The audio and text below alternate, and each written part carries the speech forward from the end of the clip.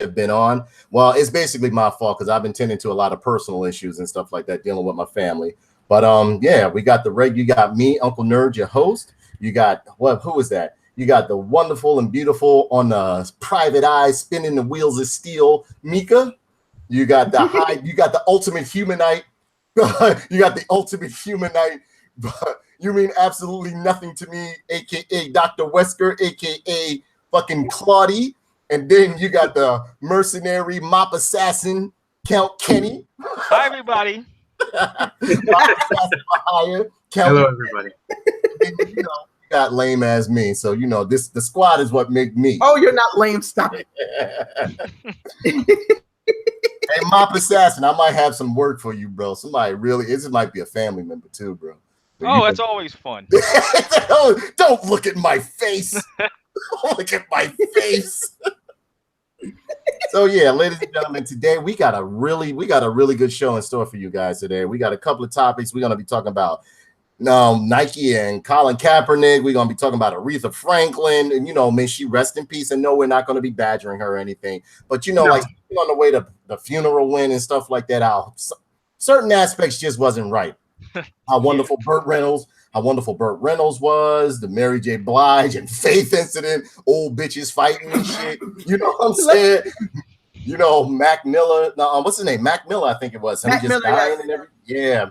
And Eminem and Machine Gun Kelly. Also, we got some movie trailers for you guys. We also got some movie and TV reviews. We got some games we're gonna talk about and a couple of collectibles. So just give me a second. The co-hosts here, they're gonna take care of the rest of the show while I post up the links on the Facebook fan page and on other social media. So take it away, guys. Y'all got the floor. The floor is yours. Yeah. So I wanted to get into the topic, the burning topic that everybody was talking about for nearly the past 24 hours. And that was with the story called "The Catching of This Fade," starring Cardi B and Nicki Minaj. No. And the sad part about it, it was at Fashion Week of all places. So the story was that Cardi B and Nicki were both at a Harper's Bazaar event yesterday, and Cardi came to Nicki about some things. I don't know what the words were that were exchanged. Cardi B was leaving. Nicki said some snide shit, and Cardi B was like, "What?" Went ahead and threw a shoe at Nicki. Some chick by the name of Ra Ali came in to defend Nicki, and it was all like hell of high water from there. And my thing is, as a Fashion Week attendee, because I've been going to Fashion Week for Weren't you there? I think you were at that one, wasn't it? No, I wasn't there. I had a few friends that were there, but I wasn't there at that event. But my thing is, when you're at Fashion Week, you have certain people looking at you. I understand, okay, on her IG, she was like, it's okay if you talk about me, but you spoke about my child. Number one, if you speak, you're going to catch this fade too. Yeah. So that I kind of overstand on, but at the end of the day, you are at a Fashion Week event. You are being looked at through a fucking microscope. You can't be doing any of that. It's a time and a place for everything. So was Cardi B kind of wrong? Yeah, she was. She really was. She should have handled it differently. She shouldn't have went over the top, and they got a picture of Cardi B with a knot on her fucking forehead. I saw that. So it wasn't. I mean, she was looking cute, but that speed knot was sitting out there, bro. I'm telling you. Right on the brow line. Oh. Yeah, she got a nice little speed bump, above her eyebrow and everything. But she got elbowed by security. Nice. Nice. She got comboed. So, fed her some macaroni. We by the party, and Cardi B got escorted out barefoot and a speed bump on her head. Damn, that's messed up.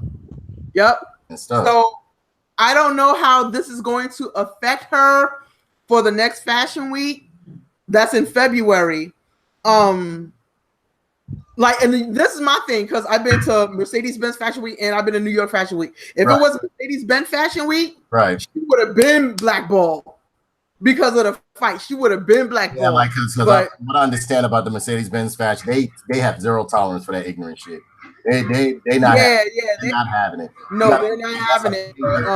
Major brand. Since they dropped sponsorship a couple of years back, it just went downhill from there. So hey, like maybe we'll see her in February. I don't know, but it like everybody was mad for the past 24 hours. Everybody was just mad. You had Faith and Mary. I don't even know what the hell Faith and Mary J was even arguing. Are two in their not in their prime, but they are too seasoned to be, you know, throwing hands at each other. But there's always been some kind of like tension between Mary and Faith ever since Faith Evans came out with her first album.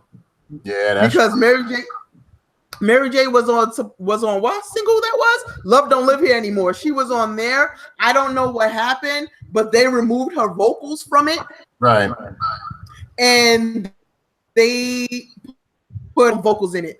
But like ever since then, it's just been bad blood between them. And it finally Tiff, what's going on? Sorry to interrupt you. Hey Tiff, what's going on, baby? You're welcome to join in on the chat if you want to. I can buzz you in if you want to join in. But if you want to moderate from over there, that we greatly appreciate that. Yeah, we need some other female perspective in here. Yeah, because they're about to get you. But yeah, like that, like they like those two, like y'all too old to be fighting. Yeah, they old. Y'all like 45, 50 years old. No, them bitches is like 50, man. They old as fuck, man. They too old. They're like you 50 years old and y'all acting like y'all too seasoned to be acting like hood boogers. That ain't even cool. They like that shit. I guess. But from what I was understanding, wasn't it a situation where not even a situation. Wasn't Faith Evans in the news just a little while ago about dating some dude? I think he was on Housewives. He's on one of them. No, like you talking about Faith marrying Stevie J from Love and Hip Hop. Yeah, some junk like that. Yes, the two are married. They've been married for a while. They came out with a little racy music video, which was just horrible. Yeah, it just but wacky. You know what I'm saying? But oh, man, you guys. When you get old, no one to hang up your hoe boots, man. You know what I mean? Like, let it go, man. Before the wall hits. Exactly. Like, come on, bro. Yeah, like everybody was just mad today. And Serena Williams incident that just happened a couple of hours ago. Really? So what is going on? What's going on with your people? Like, what are you doing? Like, you need to talk to them, Mika. What they doing, man? She played in the U.S. Open, the women's final. She played up against this chick named Naomi Osaka. Right. Half Japanese, half Haitian chick. Right. And the umpire of the umpire of the game, a guy by the name of Carlos Ramos, gave Serena a code violation for coaching. Right. Serena got mad and she like threw her racket down to the point where it broke, which the umpire gave her another code violation. So she got really pissed and started, like getting at the umpire, talking about, it was like, I don't cheat. I'd rather lose than cheat. This, that, and other. You need to apologize. Blah, blah, blah, blah, blah. Like, okay, since you're flying off the handle with me, you get another code violation. And that resulted in Naomi Osaka winning the finals. Damn. Crazy. That's crazy. Oh man. So I mean, like this week we had a bit of like sad news. I mean, like, can you fill us in, or you guys want to give your opinion on the situation with Aretha Franklin? I mean, like, I'm not laughing about it, but I'm just like, yo, that's messed up how they did it, man. Like, nothing is sacred. Nothing is sacred. No, like this woman was a legend in the music business. Right, and exactly. It seemed like they made it mostly about themselves. It wasn't about her. It was mostly about them. when the pastor gave that eulogy, he's like, nobody cares to hear about Trump at Aretha Franklin's funeral. Exactly. What does that have to do with the price of tea in China? I thought that was so inappropriate and tacky and disrespectful. Most of all, I was like, how dare he? I was like, how dare he? That it was just. I was like, man, can nobody do it like us? I don't care what nobody say. Can nobody do it like us? We could have did better. That's all I'm saying. Better. What are your thoughts on it, Kenny and Claudie?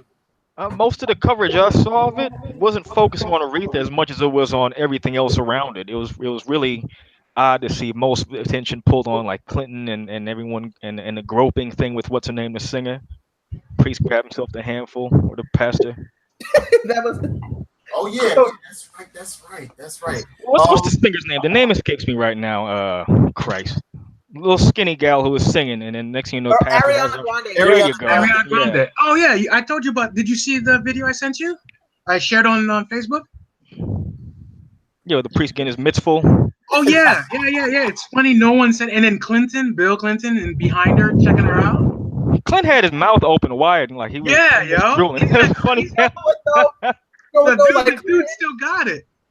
The dude still got it, as old as he is. What is Clinton? What do you expect? I mean, I wouldn't expect anything. No, what are you talking about? Nobody's worse than. How are you? But if you look at the picture, it was three of them. It was Clinton, Sharpton, and Jesse Jackson, and all of them was looking like they wanted a piece of that when she was singing. It was hilarious. They're all black. They're all black. It's okay though. Even Clinton. It's only Trump. It's only Trump that matters in this situation. And the disrespect to Jesse Jackson and Al Sharpton was looking at Ariana Grande like they haven't seen Young Poon since the Civil Rights Movement. Man, it was crazy. I was watching it. They was up there like, no, at one point you saw Clinton. He was like, oh. His mouth wide open. Know, right? He wanted that. But you know what? It's no more than what I would expect. I don't see why people were all in the uproar. No, that's the thing. And then the thing to get me is Ariana Grande didn't say nothing about it. Why should you worry about it? That's the crazy thing. I'm cool with her not saying. No, I'm not saying I'm down with anybody being groped, molested, or touched against their will, or whatever the case may be. But I mean, like, she ain't say shit about it. She even if you went and looked at her Twitter, and I follow Twitter, I follow social media, heavily, and I mean, like, she ain't say shit about it. She was like, that's the irony. Performance and so on, and she was talking about other shit. But that's the irony, though. She doesn't need to say anything. The irony is that the Me Too movement says these things. How many times something happens on TV where people are like, "Oh, what's going on?" Like movie theaters, The Rock. Remember when The Rock went to the aquarium with his daughter, and they started attacking him because he went to go see. He went to go see enslaved animals. That's so stupid. And he's supporting slavery. That's the thing. So with the Ariana Grande thing, you would expect to see the Me Too movement step up, but it's black people, I guess, and they were bashing Trump, so I guess it's okay to get groped. Certain things. If it was Trump, though. On the conspiracy flip, you have people saying that what it was is she's an MK Ultra sex kitten, and you can look this shit up. And that Bill Clinton and all of them were just handlers. And that's how the music industry runs. It's some sort of government music industry tie-in where they have these singers go out and promote certain themes and things.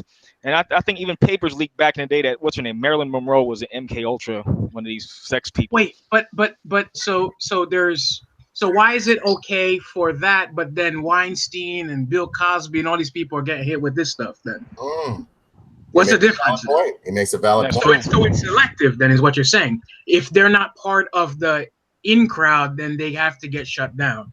So by you saying that, it's kind of, so that means the Me Too movement is biased then to who they favor and who they're not, because apparently these guys can stare at the women because if I catcall, I'm not touching them. That's sexual harassment, right? Staring at a woman like that triggers sexual harassment. Eyes were made to see, right? Huh? Eyes were made to see, right? Well, dude, okay. I mean, that's how you gauge attractiveness by visual. It's one of the first cues. Apparently, everybody else got hit with it. Morgan Freeman, everybody's getting hit with it. Yeah. So all of a sudden, it's okay. Yeah, it's okay. So what do I have to do to do all the things that they did, like grope you without having to have any issues. You know, a good example of this Me Too kind of bias is Bourdain's wife, Asia Argento or whatever. Oh yeah, Yeah, she's a great example. And she's a big speaker. What happened now? You know that she's getting backlash for Me Too movement because I guess she didn't follow the SOP of how to be a true Me Too movement person, because she's the biggest spokesperson for that nonsense. Yeah, and what did she do in the end? She went ahead and blamed the kid. Yeah, the kid. How she blame the kid? She said it was the kid who initiated was all the 17 sexual at the time. contact. Yeah. She's trying to, you know, she's doing what she did before. She threw Anthony Bourdain under the bus with the whole thing. Oh, you wanted to pay off the kid. Now she's throwing the kid under the bus. She's kind of low down for that. She's kind of trash for that. Because how are you going to blame something on the dead person? Like, would you even say that shit when he was alive? Well, he probably killed himself because of it. That's what I'm assuming also. He couldn't take it no more. Probably killed himself because he was very stressed when they said I can't call that. Though. I can't call it though. We don't himself for. We don't know. So no, but they did say he was stressed like before. But you know, he was going through something stressful. One of his friends said, but they didn't know what it was. But before he died, that photo did come out on Twitter, and then all of a sudden, a couple of days or a week later, he offed himself. I wouldn't be surprised or shocked. That was stressful, especially when you. Hey, but you know what? The tide is also. Tiffany Jorgensen, one of the admins here, says no one is mad at the three guys. We just find it funny. What we're mad at is the so-called man of God getting handfuls of booty. And she said none of it is okay. Staring is not the same as making someone uncomfortable directly, verbally or physically. Free play mode. What's going on, brother? Good to see you. Who said that, Danae? Tiffany Jorgensen.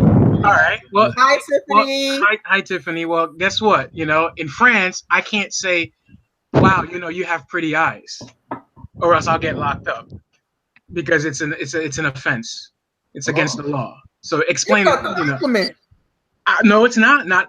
But the thing is, what gets me is if it's against the law to do that, to catcall, because that's what they call it now. That's ridiculous. So what if you catcall a guy? Is it okay for the women to do it? If it's against the law for men to do it? Because it's sexual harassment, like that girl did in that video I showed you, where the boyfriend kisses. How is giving me a compliment though? Like Because, somebody said, I don't know. You to me, like I was like from the store. I had on some shorts. He was like, "Yo, like you got some pretty legs." I'm like, "Oh, thank you." All you're doing is giving me a compliment. It's not saying like, "Yo, let me hit that." It's totally two different situations. I don't know anymore. You guys got to mansplain for us. I love that term. Hey, you guys. I love that term. A compliment is a compliment. Like, yo, it's like some of these people need to get over themselves. Really, everything is not all. Pardon me. Tiffany Jorgensen says no movement is perfect. There will always be extremes. Any response to that?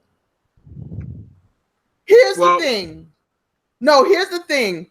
Like, I was telling like some friends of mine, they were talking about how did the Me Too movement start? Started by this black woman by the name of Tarana Burke. She really made the Me Too movement for women of color who were raped and sexually assaulted, but like most of aren't able to, you know, like voice on what happened to us. It's the Hollywood feminist movement that turned this shit into a fucking circus. Mm-hmm. It's their fault. And now Tarana Burke is like, dang, it's like, I need to correct anything that I did wrong. And it just went like, as soon as like Ashley Judd, Rose McGowan, those feminists got a hold of that, it just went south right then and there. Oh, I'm like, sounds very familiar to Kaepernick taking a knee, and now it's believe in something and sacrifice everything. Now it's like it doesn't have anything in it. The dude ended up selling out to Nike, and then all of a sudden now you got all this nonsense happening. And the funny thing is, all these people who are burning the jerseys, and you got black people praising Nike, right? My question is, do you know who makes the MAGA hats, by the way? Nike. Nike.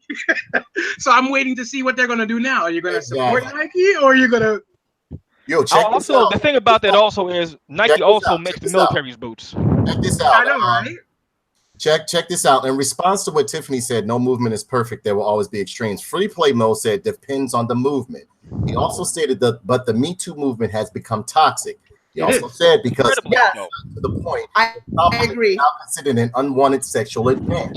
It's a movement of dog whistling. Tiffany Jorgensen says white feminism happened. Free Play Mode because nothing said on the internet needs to be proven, and those are very valid points that he's making. I will say this about feminism. Feminism started okay. It was good. Once you get to the third wave, which is what feminism is now, it's pretty much a us versus them kind of thing. It's a demonization of masculinity. They have a phrase called toxic masculinity, which I just despise to my core. What is toxic masculinity? What is that? I never heard of that. What is that? Any kind of male attitude. Any type of masculinity is considered toxic. If I flex, if I was to get on camera and start flexing, lifting weights like I love doing, if I start lifting weights and stuff like that, that's toxic masculinity. You know what? Then you have a point because there are some gyms that won't let you bring in a gallon of water, and they won't let you make noises at gyms no more. You can't bring in jugs of water because it's considered overly masculine for a gym setting, which I don't understand. You can't bring a jug of water to hydrate yourself because it's toxic all of a sudden to people around you. So anything that's considered remotely manly is now vilified. But what I don't get is how come there's no term for toxic femininity? Wouldn't that just be gold digging? There is. It's gold digging. I don't know where you've been, but like me and my friends has been talking about this for the longest. Like toxic femininity, like it's basically male bashing everything. It's just bashing everything male. That's toxic femininity. Oh man, this is hilarious. You know what? Pardon a second, guys. We have a friend of mine, and I also do videos with him. I've been on his channel. His name is Free Play Mode, aka David Aaron. He wants to come on to the show if you guys don't mind. You guys mind? Yes, the more the merrier, please. 1 second. Give me 1 second. You guys continue. I'm going to invite him to the show. Okay. Man, I'm gonna start going to the gym with my balls hanging out. I don't even care no more. I'm gonna start pulling out my thing. Pretty much, bro. I mean, do women really want beta men now? I mean, that's what it seems. The males. Like. I mean, like what's the point? I mean, you can't want something and then back out when everything is thrown. I'll tell you what the ideal woman kind of thing is now is to have a beta to cuck in service and then to get the back blown out by an alpha somewhere. That's just how it is. You always have a female with a bunch of cucky dudes who, I love you and support you, and they kiss her ass all day long. Guys, this is meanwhile she's getting the back blown out. I guess motherfuckers is getting lit. Tiffany wants to join this now too. So I mean, like, yeah. Come on. I want a male feminist to come in because this. Oh, please do. I would love that also. I think the term you're looking for is fruit. You need a fruit to come on. Now this is about to be a lit show, y'all. I cannot wait. All movements. The last time I encountered a male feminist, I couldn't help but want to clock him in the face and choke him out. There's something that's chemically wired into an average man that makes you want to hurt them. 5 people watching, please give it 5 likes. Come on now. I mean, we up here. We're not getting paid for this. We up here. Yeah. I need to go to my YouTube right now. Hello. We're expressing ourselves and we enjoying ourselves. Oh man. There goes Mama. What's up, baby? What is up? And I definitely want to, because like she said about the all movements. After a while, movements I think are just they lose their identity to the point where it doesn't even make any sense anymore. And when I was going through like the BLM stuff, I don't know. Remember when I was telling you, Shamika, about the 10 lists requirements that BLM wanted white people to do for black people, and it offends me because it's telling me that. Oh yeah, I saw that. I was like, "Are you fucking kidding me?" So you telling me that I'm a panhandler? I can't amount to nothing without you giving me stuff. I can't go and earn my stuff. It demeans us as a race, and then they're the champion of not trying to end racism, and yet you're encouraging it by forcing Right. these people to give us something. That's why I was joking with you, Kenny, by saying, "Oh, you dude, you know what? Like one of the rules says, white people, if they don't have descendants, their property should be given to black people, black families, preferably the lives of poverty. So that means I can give it to a rich black person or a poor black person. Well, not me. Well, Kenny, Kenny's like white. Passes I'm for zero white. white. I am zero cockazoid anything too. Good So Lord. white people should do that. I mean, this is the crazy thing. White lady, like, You know what? You know what? You know what I'll do? White? I'll go through. You know what I'll do? I'll go God, if I was through it. white, I'd be richer. I'll go through the 10 things, and then you guys can tell me what you guys think after. So the first rule was white people, if they don't have any descendants, they should will their property to black or brown families, preferably ones that are generally poor. And then number 2 is white people, if you're inheriting property, you intend to sell upon acceptance, give it to a black or brown family. You're bound to make that money in some other white privilege way anyway. Wow.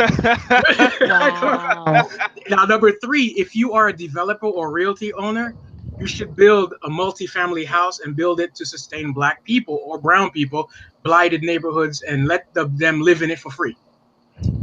Number 4 is like white people, if you can afford to downsize, give up the home you own to a black or brown family, preferably a family of, again, poverty.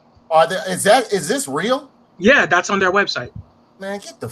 Interesting enough, though, if you take away the racial connotations, this is just some communism in a sense. Hold on. Let me finish, and you guys can do whatever you want, because I'm just gonna listen. I need to hear your opinions, because this is a movement that's supposed to be about Black lives, and it seems like they want more handout. It's become less proactive about anything. So number 5 is white people. If any of the people you intend to leave your property to, they're completely racist and racist assholes, and they should change the will and will your property to a black or brown family.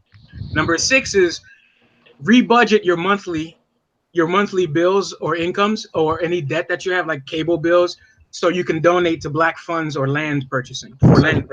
Number 7, white people, especially white women, because this is y'all specialty. Nosy Jenny, meddling Kathy, get a racist fired. You know, the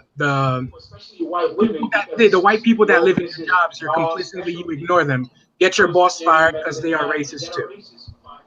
Number 8 is backing up number 7. They should be easy, but all those. This is asinine. I'm not believing this shit. I'm telling you, go to their website. This is hilarious. I can show it to you.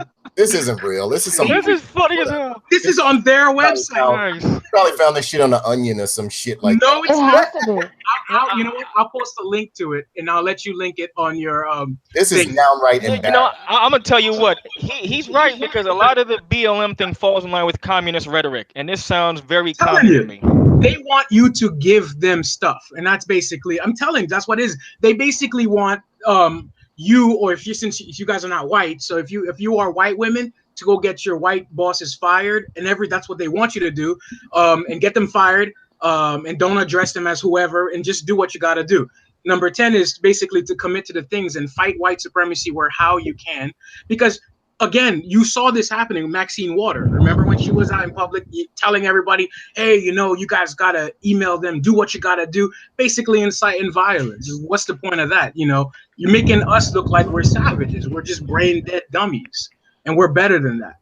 So yeah, when I see black feminists, I think black women shouldn't even be black feminists, period, because no. Black man is going to shut you down. Begin with. I mean, I would never tell you to not go to work or do what you handle. You do you. You're beside me. I don't see how that is. I don't see how any minority woman would be against any. I don't see any black man treating a black woman any differently. If anything, it's not as extreme as the white people. I'm not saying all of them are thing, but majority of the people I know, they're out there trying to do their thing. They want to be with that woman. They're queens. I've seen a lot of black men refer to their women as that. But the feminism, especially the white feminisms, they're so toxic that they're infiltrating you guys and just creating monsters for no reason. Where's the black? And if you read their Black BLM's website, they talk about everything else except the black father in the house. They talk about single moms. We need this. We need the gay black men, binary, non-binary gender. Where's the black father? Where's the black dude that's trying to? Because there's black men out there that take care of their kids. The woman walked off. They're not there. I have friends. I got a question. What is binary out of the household? So why are they not talking about that? Or, and you know what's funny? The woman forced them out of the household so that she can repeat the cycle with someone else and then do it again. And then whatever. Yeah, but I'm gonna link you the video of an interview where they had the interview of the founder, one of the founders of BLM, where they were interviewing her. Do you know that she has both her parents? They're not divorced, both black parents. When they were interviewing her about how she kept talking about how her mom had to work hard jobs. Her father worked for GM at the time. They were making money. His wife worked 2 jobs. She didn't have to, but she kept focusing on that instead, to the point where, yeah, we didn't have this. We worked hard. And then the guy asked her, so you guys, your family's broken up is what you're saying, right? She says, no, my dad was there. She did not once talk about that. And that offended me because I'm like, dude, where's your dad? You acting like your dad wasn't doing nothing. And then yet that's all they talk about. The black father is not existent. You got to understand that the minute the war on drugs is what put these black strong men that want to be there in prison. The beta men's don't go to jail because they're the softies. They're the ones that don't care. They're the ones that run around acting like fools. But the ones that want to be around, they're the ones that are locked up. They're the ones that are getting locked up for stupid. Remember the crack epidemic? I agree to some extent. War on drugs to lock us up. Hold on one second. We got a comment in this chat section over here. William Clemens says, Black Lives Matter is a SJW sham. Straight bullshit. Agenda after agenda. Thank you. That's what it is. It's been hijacked. I mean, like all movements, Black Lives Matter did start off as something good. You got to bring your voice up a bit. You got to bring up your voice a little bit, Tiff, baby. We can't hear you. Hold on. Give me a sec. How's that? Better? That's perfect. That's perfect. Okay. So what I was saying is, like all movements, Black Lives Matter started off as something great. It started as something good. And then, like you said, it got hijacked by people with their own agendas. And it's just turned into, got hijacked by Soros. There you go. Thank you. Finally, somebody said it. Soros. I'm not trying to be racist or anything, but when you got a white person or white people representing something that's supposed to be for our own selves, to fight for our own selves, it lost its meaning. It's not about black people. Absolutely. When Candace Owen was in that town, in that restaurant where they were calling white supremacists, do you know how many people BLM that were there that were black? 0. The police department was black. So I'm like, why are you calling white supremacists? Who are you people? You're not even black. How can a black person or a white person who will sympathize for us take that seriously? There's not one black person there. They're yelling at white supremacists. No one speaks for me. I would rather have Shamiko or you speak for me before I have some white person speak for me. They don't understand. We have to face the fact that within this nation, white people have more of a voice than we have, to some extent. True. And we can't really get a foothold on this movement if they're not on board too.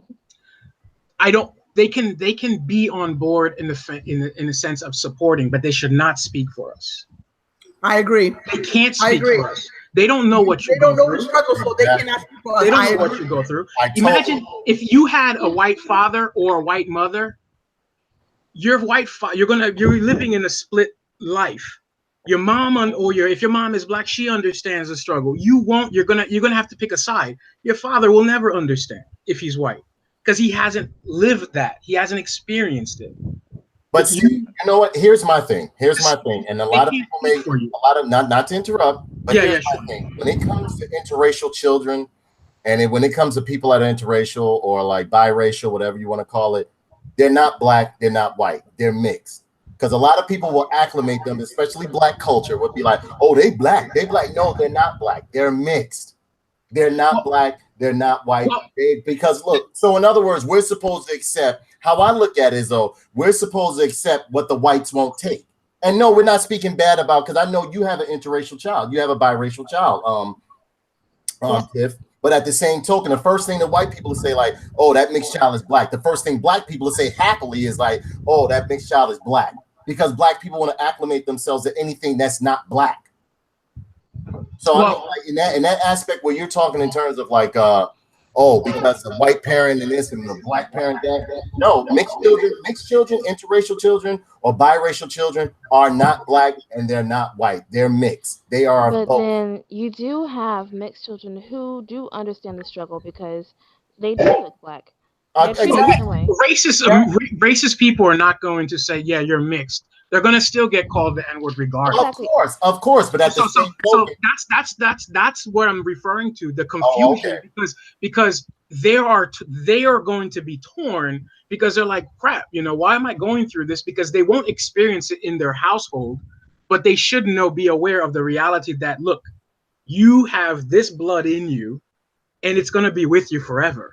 It's like so my son is aware. My son is aware of what's going on because yes, he is half black, and he's gonna have these experiences because he's not fully white, and he needs to understand why these people are looking at him the way they're looking at him, why they're treating him the way they're treating him. Yeah. So I mean, it's a reality. And essentially, I am raising a black man because he's gonna have these experiences.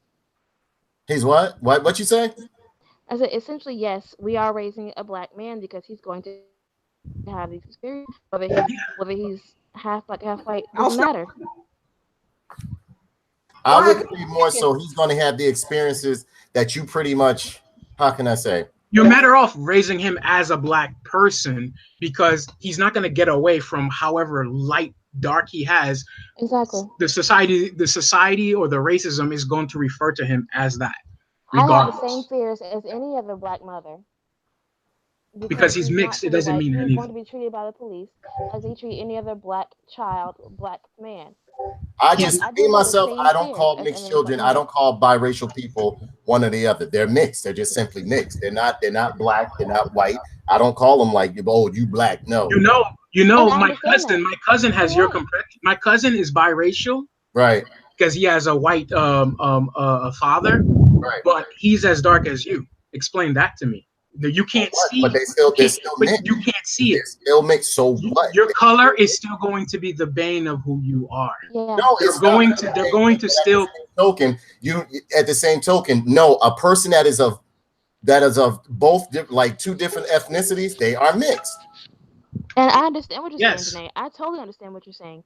But because what gets me is that see, I'm looking at it from a racial standpoint in terms of like, black people are quick to accept anything that isn't black and just be like, oh, well, they black because they don't. No, they're not. They're mixed. They're not black. They're not fully black.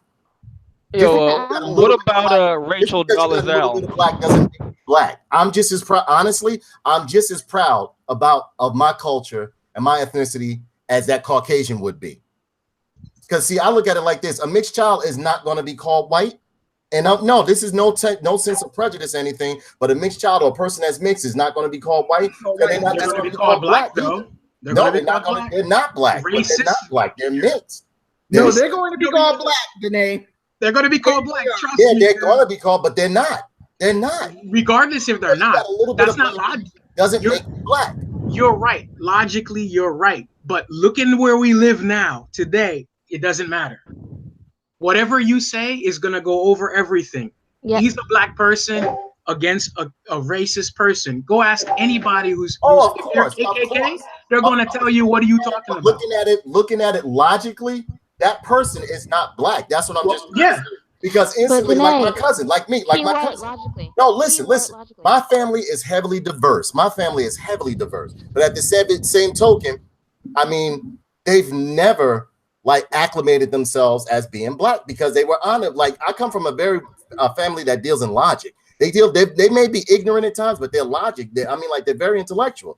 And they'll be like, no, I'm not black and I'm not white. I'm mixed. I'm of, mixed descent, mixed heritage, mixed this, mixed that. That's what they say. And that's what I was raised to believe. Yeah, people may treat a motherfucker that may be black as me with gray eyes or whatever the case may be as a black man. But essentially, I mean, they're not black. They're mixed. You still a Negro. You still an N-word, bro. But see, the thing that gets me is that black people like to acclimate themselves to anything that's not black. Of course. You know what I'm saying? Of course, that's why you see the disparity between, oh yeah, I'm light skinned or exactly or black. I hate that. I hate that so much. That's the self-hatred we have for each other, because society, like when you got BLM who's creating this division where anybody's welcome to be a part of it, that creates that self-hate because we don't understand anymore. We've desensitized ourselves to that. That's why you see when you see kids that are mixed, and sometimes they tend to side with their white side of the family because they don't want to get this. That's the argument that I'm trying to make. Hold that thought, because we have a comment right here. We have a comment right here. Berlin fan says, not necessarily. You don't ever choose sides. Biracial, multiracial is not a choice. Never been called the N-word, never been confused. The problem with Black and Free Play Mode, which is a good friend, I'm trying to get him on the stream, and for some reason he's not getting the invites. Can one of you guys see if you can wait? Hold on. Free Play Mode put up here. He said the problem with Black Lives Matter is that there's no central organization making these rules, and he's absolutely right. It's a bunch of loosely affiliated people making it up as they go along. There's no leader in the Black Lives Matter movement. There is no leader at all. No, and it's not. It's not. I think that's what the problem is. There's no leadership. It's just everywhere. Yeah. And it's going left field at it. And then they're Hi, buddy. No, I'm sorry. And they're supported by, I mean, they're in the same group as Antifa and everything. It's like, what the heck, you know? It's like Occupy Wall Street. They had a meaning, and then it just went crazy. Now I don't even know what it's about anymore. All that you see is the craziness of it. I mean, like for example, they made a big deal. I thought they were gonna implode when they started complaining about the rainbow flag. Black people don't have any representation. Now there's a black and brown stripe in it now. I'm like, wow. Yeah. There is? Yeah, there's a black and brown stripe now in it. Oh, Lord. That got on my damn nerves. So I'm like, I don't want to be represented on the real. Like, that's ridiculous. Don't speak for me, but it seems like that's crazy. And then, dude, bottom line, if I can't think the way I want to think because I'm too masculine or whatnot, then that's fascism. That's Marxism. I mean, you're against it when it's against you or when it's free thinking. Right. But if I think and I conform to you, then it's okay. It's like free speech. You know, Right. I can say something, but if it offends you, then it's wrong. It's considered hate. Right. I can't speak my own opinion, but yet you want your own opinion. It's stupid. It just doesn't make any sense. It's Right. It's dumb. It's like these women that are full-blown company that there was I can't remember the name of the company. I'll look for it right now, where it's all women, all female. I think it was HuffPo. Huffington Post. Was it Huffington Post? Because this sounds familiar. They hired a male as a CEO. And I was like, whoa, why would you do that? You've protested your company as we're 100% female, but yet you needed a male CEO. How did that happen? Why would they do that? How did that happen? You know, it begs the question as to what is it you really want? Right. You want equality. You want this. You want all this. I mean, what? You know, at the expense of what? You know, we're the only country that actually has free speech where we can say things. Other countries they go on that aspect of free speech, but they really don't have a law that legally protects them, because you can actually call and say, well, you know what, Shamika offended me and it's a hate crime and I feel offended, and they will come. The police will come.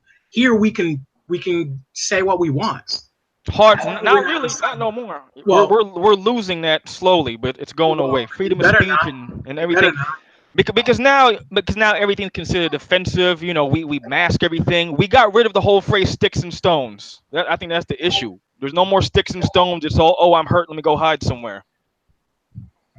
I mean, that's ridiculous. Millennial thinking.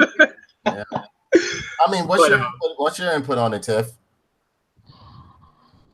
On this new society and how, like, you know, honestly, and this is just me speaking for myself, and I've been privy to this many a times, not only on YouTube, but on other social media platforms, if I say something, or honestly, I know I'm being monitored on Facebook, definitely, because there's times I put up posts, and yeah, my posts are a bit racy, and like, you know, sometimes they're way out there and everything. But there have been times when they totally deleted a whole post that I put up there because I was speaking my mind on something. I've been suppressed many a times. There's been times I put up videos on here that just didn't see the light of day, and I uploaded them 3 times, and they smacked them down without even saying anything.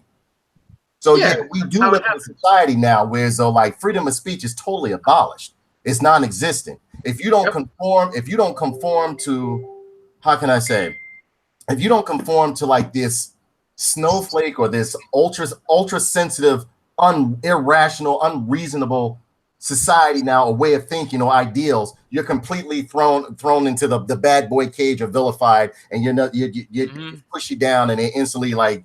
You're instantly just, everything is just shut down for you. Everything is just shut down for you. Everything is taken away from you. I mean, I never like, when I would actually see shit that I've read in comic books or I've seen in sci-fi films come to fruition. 1984, George Orwell. Exactly. 84, exactly. We're becoming just like that. George Orwell, yep. When did the First Amendment become such a problem? Sensitive, but you pick and choose what you're sensitive about. Yeah. I mean, you saw the video. You saw the video I shared on Facebook, right, Shamika? Where the woman was yelling at the couple. Kenny saw it. The one that Repeat that? For those that didn't see it, the woman, the guy, they were at some yogurt spot. like a restaurant, right? Yeah. Yeah, and then they're waiting in line, and this woman is in line ready to pay. So the boyfriend kisses his girlfriend on the forehead. She attacks him by saying, "Dude, you're sexually harassing me because you need to get a room. You guys are sluts. You know this." It was the whole thing. It's ridiculous. And she's screaming it too. She was screaming it. Cam girl. Is that the one that's going to find out? Wait a minute. No. Who you talking about?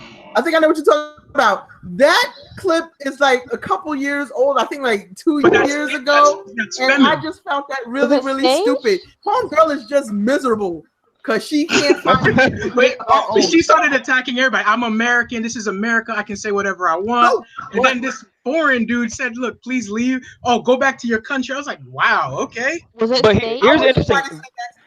There were 2 of these, and one of these videos were very similar videos. One of them, it turns out the lady who was complaining was some kind of a porno star, you know, one of these types of brands. Exactly. That's the one I'm talking about. Yeah. Yeah, there was a couple. Oh, y'all talking about something different. Oops, sorry.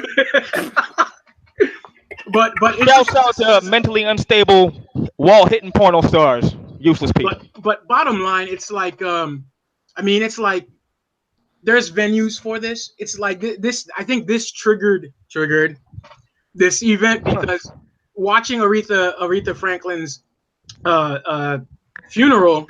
Oh. I mean, I like even watching James Brown was really cool, but Aretha Franklin's funeral, it wasn't even about her anymore. It wasn't. It became so political and racist. It's like it was so distasteful, disrespectful, and just like totally inappropriate. I like when I watched, I just went like this the whole time. When he started speaking, I went like this. I said, "Oh my God, no, he's not." I said, "That is so inappropriate." When the pastor gave the eulogy, how dare he? How dare he? Why is Trump even part of that? Why are you talking about him? He wasn't invited. I don't think he even cared if that's the case. They made it about themselves. It's about him. Everybody rooting and raving. She's busy sitting there. I mean, and then you got all of this nonsense, and then you have you know, where I mean, you know, anything that happens, everybody's attacking it. You know, whether like we brought up when The Rock went to places and all of a sudden everybody's attacking him because he's doing this and whatnot. And my only issue is, well, fair is fair. If you're going to be feminism, then be feminism 100%. Don't pick and choose, like especially when your girl got groped over there in the place and Bill Clinton doing his thing, you know, staring at women and really overly sexualizing them. And no one's calling him out. But yeah, if it was Trump, everybody would be on top of it. Yeah. Oh, he's a man, or he groped this, or he did this, or Bill Cosby, or any of these men that just don't fit your support or agenda, you're gonna throw them under the bus. I mean, staring is staring. If staring were a crime, I'd be in jail. But I what stared about at the her pastor time. that was all over Ariana Grande's breast? Got a handful. That was. I'm sorry, that fingerful. was You know how social justice warriors, keyboard terrorists, when they see something they don't like, whether it's in the movies or whatever, they go on social media and it's like, oh, they need to shut that down, yada yada yada. But nothing happened. But I Hey, mean, if that you was remember wrong. correctly, That though, I agree with. the pastor came out like a day later and had an apology with a hashtag. That Why was did a he gas apologize? apology. That was not. But an his apology had like a corny hashtag, like "Go Ariana" or something along those lines. So Yeah, he was praising her for letting him touch her. That's probably what it was. Go Haryana. Good luck. But Yeah, I felt that apology kind of half-assed, but I don't even care. My thing is, if she's not complaining about it, we shouldn't complain about it either. you're right. But don't pick and choose though, because if it happens again, but it's now all of a sudden you're gonna say it's rape or molestation or whatever. Come on, really?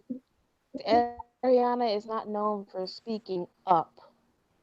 So, Okay. Yeah, but see, my argument is the other people, the movement speaks up, because remember, all these movements have been speaking up for people that haven't voiced their opinions, that haven't said anything. That's my issue. Like if something happened to you and they saw it, somebody would go and say something about it, and then it becomes a whole thing. What has The Rock done that's offended anybody? fish slavery. Nothing. But yet he goes to an aquarium with his daughter, posts pictures on Twitter how happy that with, was crazy. and then everybody's mad. Oh, he's going slavery. He's supporting slavery. And then you have amputees complaining that he's playing an amputee in that movie. You should have hired a real amputee. That's ridiculous. Why are you attacking the dude? What did he do? He's an actor. Is he too masculine? Is that what it is? He's an actor. Come on, for real? That's what acting is, right? Yeah. Yes. Okay, then. So I mean, society we live in is just overly sensitive. They look for something to be pissed off about all the time. They look for things to be pissed off. And just Yeah, like they handpicking. Toxic masculinity is a thing. I can't hear you, sweetie. What you say? It's a thing. Toxic What you say? masculinity is totally a thing. Nah, it ain't. no, it's not. Yeah, it is. Nah, it's not. No, I have to No. disagree. No, it's not. Hell no. Yeah. Now, Well, right, I couldn't hear her. What did she he say? says toxic masculinity is a thing, and I'm like, No. no, it's not. Now, It's a made-up term. It's a bunch of horse sugary. Can I speak? I'm sorry for being toxic. I never even heard of toxic masculinity. It's like my mother said, sometimes you just gotta let a man be a man. Like if you do like nowadays, if you do that, that's toxic. I don't get it. Exactly. Now, I don't agree with their definition of it because it, like you guys said, it is overly sensitive. It's ridiculous. What And happened? a grown man. I said I don't agree with the definition of it because yeah, they are being overly sensitive, and like every movement, everything, it started off as something and ended up something else. But see, toxic masculinity is something that feminists made up. They made that up. Thank you. I'd like to add that toxic masculinity You know- built the world, built the lights that turn on that make the darkness appear like nothing. Masculinity, electricity, masculinity, the roads that are paved, masculinity, the buildings, the skyscrapers, all masculinity. The Modern wars that- society is wars that are masculinity. fought, the real wars that are fought, masculinity. Amen. Like my man said, would you rather have a 110-pound woman or an 85-pound woman busting in the house to save you and your family from fire, or would you like Baby, a 200 baby. and some odd pound man, all muscle, coming through there, grabbing up your family, kicking in doors, and saving your life? Danae, reverse that. Would you want the fire department to lessen the requirements to become a fireman, knowing that they got to They're carry doing it. 50 pounds of water that comes through that hose? Somebody's got to hold it and carry that. And then if your fallen partner falls down or fire caving, and my friend's a fire department, and he explains these things, are you able to carry your partner out?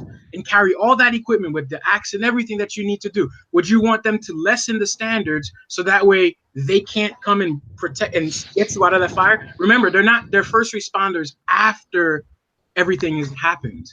They have to save you. They're not there when the fire is about to happen and then boom, okay, we got you. To aid to your point, some branches of the military began lowering standards to become like a ranger, a specialist, just so they can let women in. So they're reducing physical expectations when we're supposed to have a fighting elite, the best of the best, top killers. So now we're lowering those standards so we can have women on the battlefield. To me, that's ridiculous. I mean, if it's up to me, our military should be just the elite cream of the crop. We shouldn't be lowering standards just so we can have, a bunch of broads playing pew pew with guns. Now, what I'm saying is, don't lower the standards, but let the women in who meet the standard. Exactly. Yeah, I'm okay with that. That's fine. I agree. They should have to meet the standards. Plain and simple. You shouldn't lower the standards. This is the military. These are facilities. These are jobs and occupations where like the person has to be in top physical condition or at their peak performance. You can't. There's no negotiating. They got to be up to par. You know what I mean? And what I'm saying is, if they meet the standards, let them in. That's fine, but don't lower them. I have no problem with that. But don't lower their standards because honestly, and I'm speaking in terms of the military.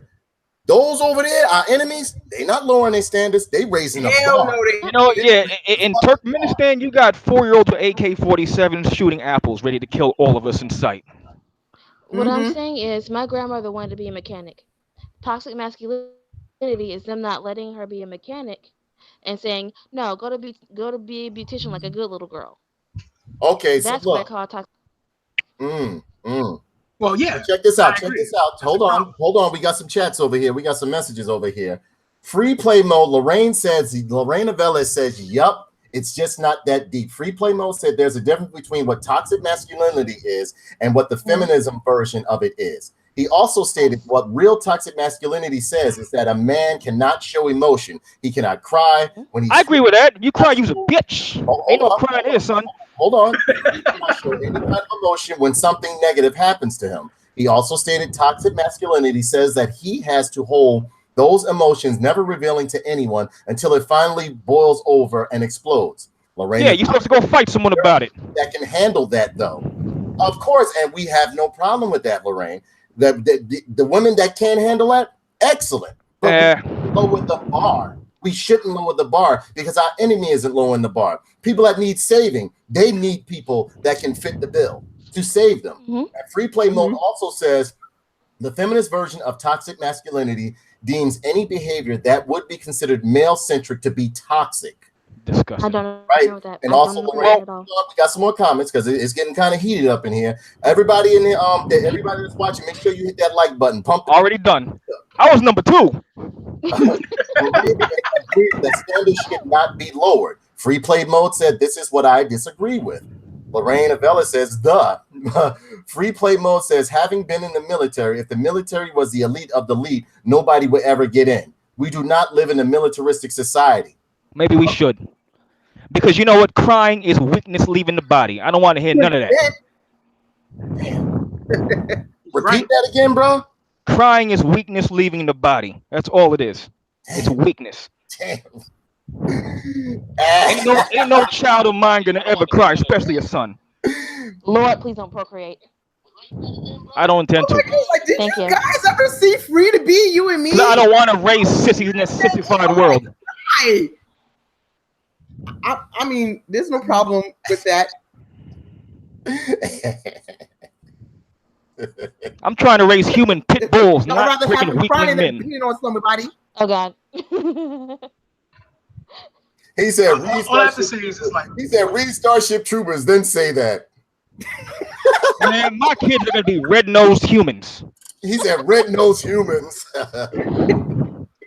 I will say this. Do you know what? You know what the school systems have now? Now they have classes that are teaching our young men, oh, don't rape. So we have to tell our young men that rape is in their nature, and by nature they are vile. Exactly. What kind of nonsense is that to me? Because they're like this thing. What was that? It was somewhere I was reading. It was an article, like a good couple months ago. Like, I think they were telling the child not to.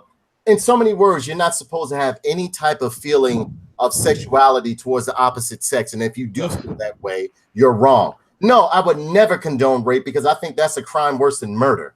You understand what I'm saying? But at the same token, I mean, like, why would you try to strip this child that if he does have urge, or this young man, or whatever the case may be, if they do have urges, or like they feel like, you know, like what being a man is to like get an erection or whatever the case may be, that you're wrong for having an erection, or like you're wrong for feeling like attracted to the opposite sex. I will say Yeah, this: that's when I was a kid, I was a pervert. I used to rub my dick on everything and play with myself in every kind of time I get. I never raped anybody. I never wanted to rape anybody. So why should any of my feelings as a child been tamed or curbed? I used to beat my dick at the drop of a hat. I was a Jack Oh, Smith. no, free play mode. Don't get me messed up, bro. I've been through training, bro. I've been through training.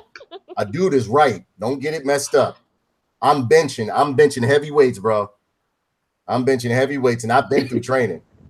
So I mean, like, I won't cry. Trust me, I won't cry at all. I do cardio, the whole spiel. I play around with 60-pound weights, 60-pound dumbbells, like it ain't nothing. Word. Is someone trying to promote crying? Jesus Christ! Nah, free play. I don't know who. I guess he was talking to me. He was like, he said, "There's a time and a place for crying, not watch. Read it." Yeah, it's called your deathbed. Let me come up to Jersey and put you through some basic training. Let's see how much you cry. Oh, okay. I thought he was saying me. I was going to say, nah, bro, I can handle it. I like when it hurt. You know what I'm saying? Oh, Listen, that's all. listen, I have to cry. I have to cry because it prevents me from killing somebody. Danae, that sounded I'd a rather bit do toxic that. masculinity right there by you. Yeah, I like man. to bottle up my emotions and then flare up on people. Hey, That was a bit toxic. That was a bit I'm toxic. still right a there. caring person, though. I'm still a caring person, but you're going to get a lot of masculinity from me. You're going to get a lot of. Yeah, bottom line. Talking about a free play, Kenny. He talking about you. He said, "I'm talking about homie who was talking about raising pit bulls who wouldn't make it through introduction, wouldn't make it through 1 week without crying." He's saying you, Kenny. I'd raise some straight killers. Hey, I don't know about you, but I'm not trying to raise sissies.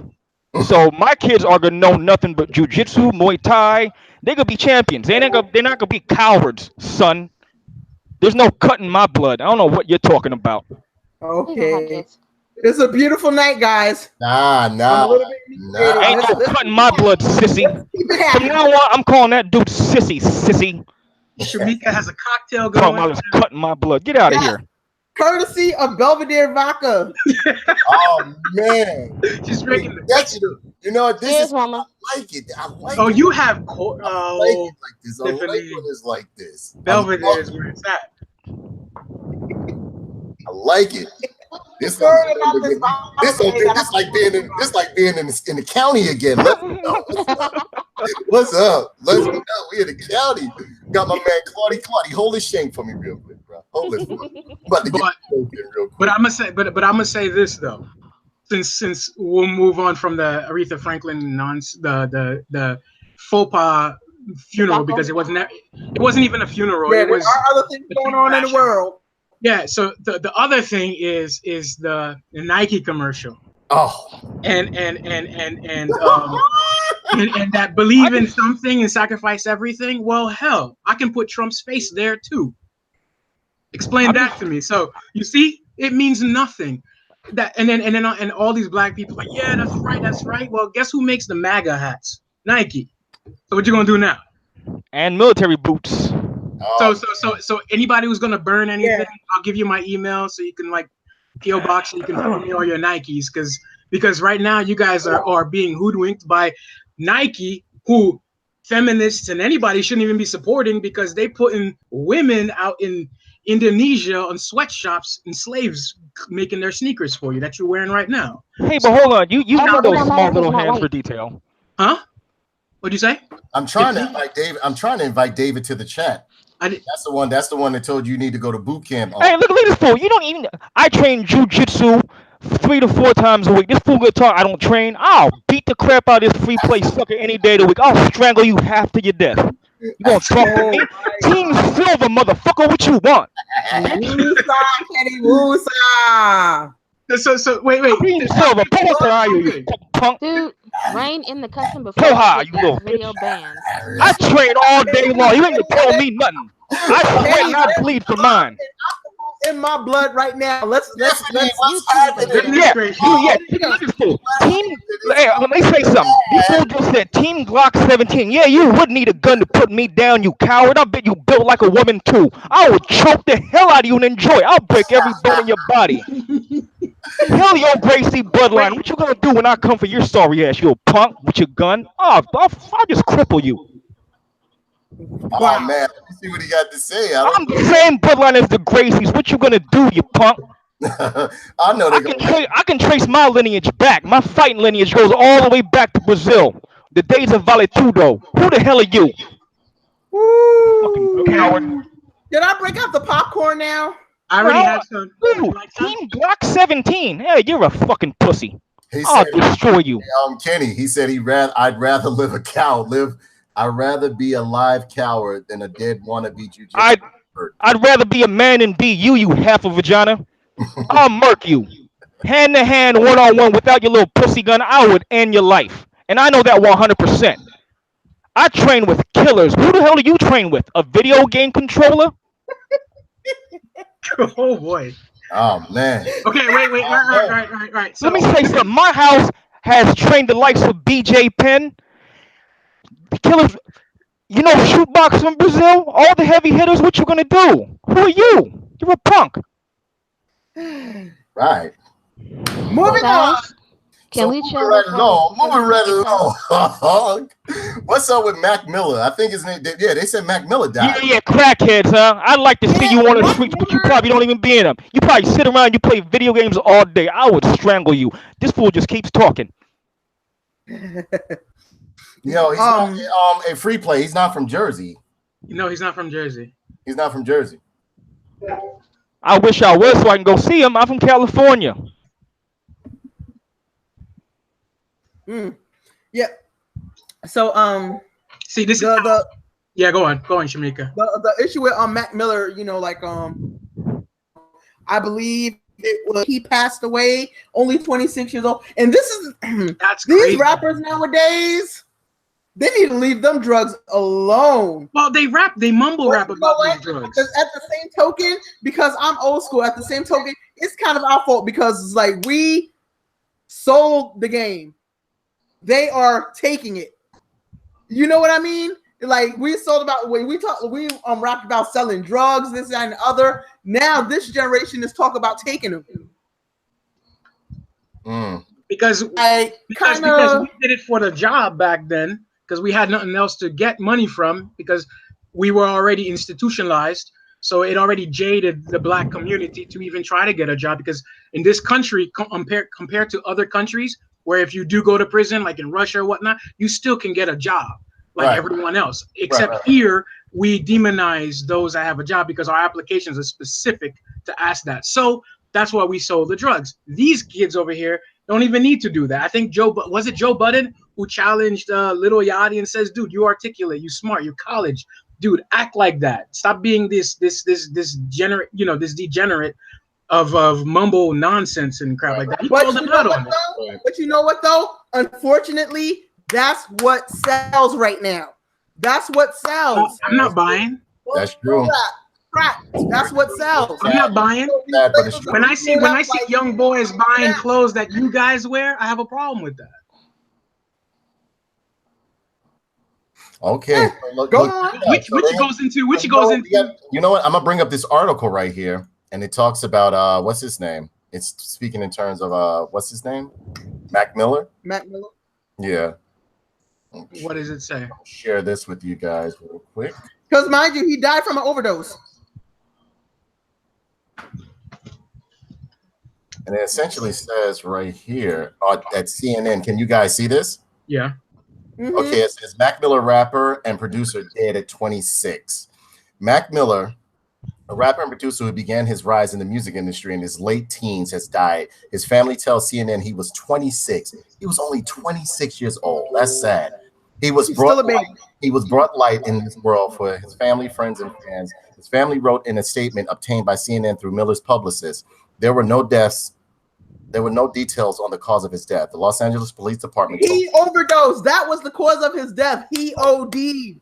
Okay, all right. They said the Los Angeles Police Department told CNN that officers responded to a call of a death investigation at the 11600 block of Valley Crest Road just before noon local time. The coroner's office will handle the investigation, according to police. Miller's, whose real name is Malcolm McCormick, started his journey in music as a teenager by putting out mixtape in his native Pittsburgh in 2012. His first album, Blue Slide Park, became the first independent debut album to hit the top of the Billboard chart in more than 16 years. Miller was 19. He released his 5th studio album, Swimming, last month. He was set to perform a series of concerts in support of the record starting in late October, with the opener scheduled to take place at the Greek Theater in Los Angeles. Mac was a hugely gifted and inspiring artist with a pioneering spirit and a sense of humor that touched everyone he met. Tom Orson, co-chairman and CEO of Warner Brothers Records, Miller's label, said in a statement, Mac's death is a devastating loss and cuts short a life and a talent of a huge potential, but the possibilities felt limitless. We join all his fans across the globe in extending our thoughts and prayers to his family and friends. What type of rap was this? Is this like that Skinny Jeans garbage or what? No. Mac Miller had bars. He did. He was actually good. Mac Miller had mad bars for days. And you know what the sad thing is? Because him and Robert Glasper was supposed to be doing something together. So it is sad that he passed away. I don't know. I'm not into this new generation stuff. Maybe I'm old. Thank you, Tiffany. I agree. I can't relate with this. You are the absolute best. She's the den mother of the group of the ones today right here. When we get out of hand, we all start shoving each other and shit. She coming in, show the belt, we tighten up. We go back after a while. After like 10 or 15 minutes, we start back up again. Though we start back. But so yeah, David. Oh shit! Finally got in. But I do want to say that though. Oh, is this Pussy Boy? What's good, Show Pussy? your face, David. You gotta get a Don't start. webcam. You know what it is. Don't start. What's good? Don't know how to fight. Wait. Before you guys start, let them speak. These are men. Let them do what they do. Before that, I just wanted to. What's good, body of a woman? Wait, Kenny, wait. Let me finish this one part real quick because I want to get it out of the way.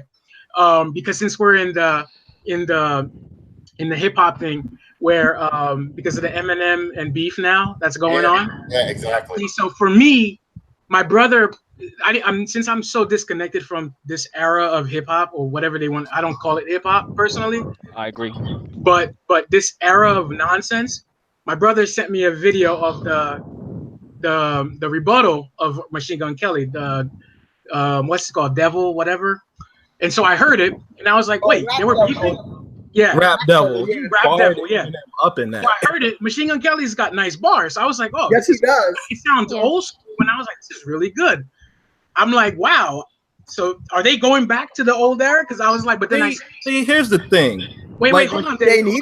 So after watching that, I went back to see what caused this to happen. So I found out the tweet and whatever. I was like, wow, you went there. All I can think of was Benzino, Ja Rule. I was like, dude, do you really want to die? Career's over if he's gonna come back. So I'm happy that Eminem is coming back. If he does come back because of this, finally, we'll have some type of nostalgia. That's all I'm looking at. He did come back because he came out with the Kamikaze album. I heard that, and that's the Rap Devil is the response to Kamikaze. And then I saw one of these. No, Kamikaze is the album. I think the album. But the song was damn, I forget the name of the song. But is Rap Devil the response to Kamikaze though? Because Rap Devil is the response to the Kamikaze album, right? Yeah, yes. it was a throwaway line on the song. Here's the thing. On Kamikaze, Eminem got everybody. It's not just MGK, it's everybody. He got on Joe Budden, after Buddy, yeah. He got on the media, he got on Charlamagne the God, he got on everybody. Eminem was just I was like, yes. But see, he got on everybody who's been coming for him for years though. Yeah, but nobody had the people who went after Eminem back in the day. They they either don't have a career no more, they're not rapping no more, they just done. Source Magazine went under. Benzino got taken out. Then they try to bring 50 in, and then that Ja Rule was done. Ja Rule was the biggest thing back then. He's done. So I was like, wow, this guy. I mean, he's pretty. He's nice. I like him, but he's not gonna have much of a career. That whole Ja Rule and 50 B started at the shootout at the Hit Factory. And a friend of mine used to work there. Well, but can I say that sure. MGK is holding his own. MGK is holding his own. Yeah, he is. He's doing good, but for how long? Sure. I have to say that Eminem is not the same Eminem as 10 years ago. Continue to do good. True. Eminem's whole style is stolen. You know what? Just an imitation. It's finally good to see some white on white violence in hip hop every now and then. So yeah, I mean that's good. No, I'm actually happy of this because it just like back in the day with Tupac and Big, it brought this spark back into the hip hop game. It was great, man. We had everybody going out of LL and Cannabis, dude. It was awesome. But he went after Mumble. I saw 6ix9ine try to do something. I was like, get your clown butt out of there. Isn't he Just locked stay up quiet. already? Yeah, he tried. I sent you the video. He tried, bro. I mean, I thought they got him on charges or something. 6ix9ine for some shit, right? He's Man, going they should- through they it. should lock that's up- the last thing I that know he's a heard. pedophile. He had some pedophile charges against What? him at one Really? point. They should lock up all of them. They make no sense. I don't understand the thing they're saying. I think No, 6ix9ine no, had like a no, 13-year-old he was hitting. Kenny. Here's the story about that. Like, he was there, but he had no involvement in like some 13-year-old girl who decided that she wanted to be a fucking thot and do something with some older guy. 6ix9ine just happened to be in the premises. He wasn't involved, but due to the fact that he was being there, his presence was there, I heard that he got charged for it.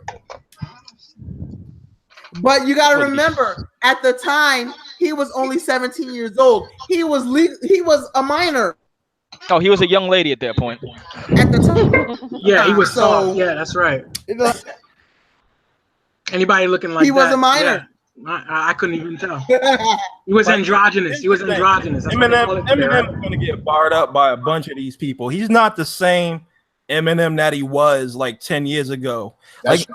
I agree. Machine Gun He's Kelly. not Yeah, an but- idiot anymore. I totally He's not such an But idiot David, anymore. David, you're right. Eminem is not the same anymore. But dude, like I wrote a rhyme, I ghost wrote for Kenny a few minutes ago, right? This is ridiculous.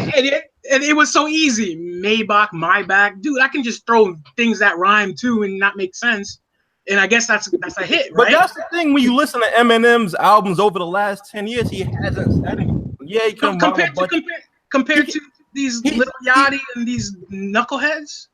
I'm comparing him to J. Cole and Kendrick and Childish Dude, but Gambino and all of them. Yeah, but those guys are good. He's not dissing them. He's dissing Kendrick Lamar actually posted Kazi album. dude. Eminem gave them props. He gave Kendrick Lamar. But that's the and these thing. guys He props. knows, He gave he's going with the mumble rappers. He's going Because after they low hanging. suck, dude. They whack. He's Eminem's going always no, been no. trash. Like He's I used to always have the same mindset as Mumble you rap is about the not mumble good. rappers. I'm not a mumble rapper fan, but I recognize that they carved out their own niche and they got their own audience because they can't do the lyrical rapidy rap shit.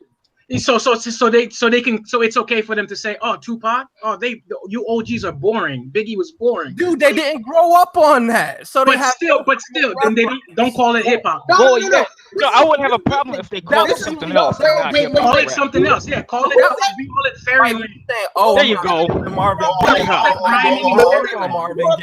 Hold. Everyone's going off at the same time now. It's fair. Hold. Y'all can Rhyming in Fairyland. let everybody talk. I mean, I understand. Hey, can I interject something real quick? A quick history lesson. Eminem's entire style and whole swagger of being, I'm demonic. He's a ripoff. There was a cat in the 80s and the 90s called Esham from Detroit who ran the whole Detroit scene. Esham, Mastermind, TNT, Nadas, the group. Eminem ripped off his whole style from him. He even admits in one of his songs. Wow. I just wanted to interject that. Dude, Jay-Z ripped off Jazzo. Nobody really There cares. you go. Thank you. Yeah, but Esham kills Eminem. Dave, you remember when it was Jazz and the Jay-Z? You remember that, Yep. right? Yep. Yeah, we Like all know who early LL Cool J ripped off Curtis Blow, but nobody cares about that. It's just about how nice you adapt the flow. And I still say Esham is better. Closed casket murders anything Eminem ever did. Here's what I wanted to add, because like you say that if somebody said that the mumble rappers like they didn't grow up to that. Okay, fine. But you have to remember in hip hop, there are 5 elements. Knowledge is one of them. So just because you didn't grow up on it, didn't know those artists. They didn't say they didn't know. You should respect your history. But exactly. they didn't say they didn't respect or know those artists. They just said, I don't feel Big, I don't feel Pac, because that's not what I grew up listening to. And they're right. Those kids were born in 1992. Yeah. By the time they came of age, Pac and Big have been dead for like 15 years at that point. By the time they was thinking about rapping. But history doesn't die, though. Well, everyone has an inspiration. So what was their inspiration? Like garbage? Dr. Seuss? Their inspiration was It wasn't even Dr. Seuss. It was Dr. Seuss Eminem. had more Their rhymes. inspiration was like rappers that came out in the early 2000s to mid 2000s. That's that inspiration. If you look at the down south inspiration, Outkast. And I'm not talking about the mainstream. Outkast was Actually, yeah, down south is a good example. Look at Migos. All they are is a terrible version of Lord Infamous from 3-6. That's all their style is. It's like But that's their version of Lord Infamous. But that's their influence. Yeah, but Lord Infamous did all the shit they're doing with lyrics you can understand. He was fast, he was melodic, but you can understand everything Infamous was talking about. Same goes for everybody in 3-6, from DJ Paul, the Juicy J, the Crunchy Black, and all that. You also have to realize what the difference between mumble music. I'm not gonna call it rap. You're gonna have to realize what the aim is for mumble music and hip hop. You can't call it mumble hip hop. You gotta call it mumble rap. Mumble music is about a feeling. It's about how you feel at the time. It's about turning up. It's not about lyricism. It's about being a druggie. That's what they talk about. That's what strip club culture is. It's straight junkie music. That's what strip club culture is in the South. It's drugs, it's alcohol. It's but I ain't trying to vibe to no crackheads on radio. Like, get out of here. I can go to the corner and find a crackhead and put a mic to him. What I'm saying is, See, David, the thing Not is, my my own genre. see, David, what Kenny's trying to say is like, if you can go to a corner and just give a mic to a crackhead and he just does the same thing, you drop a hot beat, then that means anybody can do it. There's no authentic. There's like 15 lyricists who made it. And you know what? I mean, like look at Bone Thugs. The same thing. Bone Thugs growing up. Let me get a word in. Let me get a word in. Let me get a word in. Let me get a word in for a second. Let me get a word in. Check it out. Y'all may bash me in the head for this, but you know who I think one of the most, which is a good modern day rapper, and I really didn't like him until I was forced to kind of like listen to his music. Drake. I like Drake's music. Here's the thing about Drake. too. Don't like He's He's a good rapper. He is not an MC. He makes music for overly emotional males who like to get in touch with the feminine side. A lot of people want to stuff. If you Explains now it explains why Danae's into the hot other bod. shit, what happened? It does. What happened?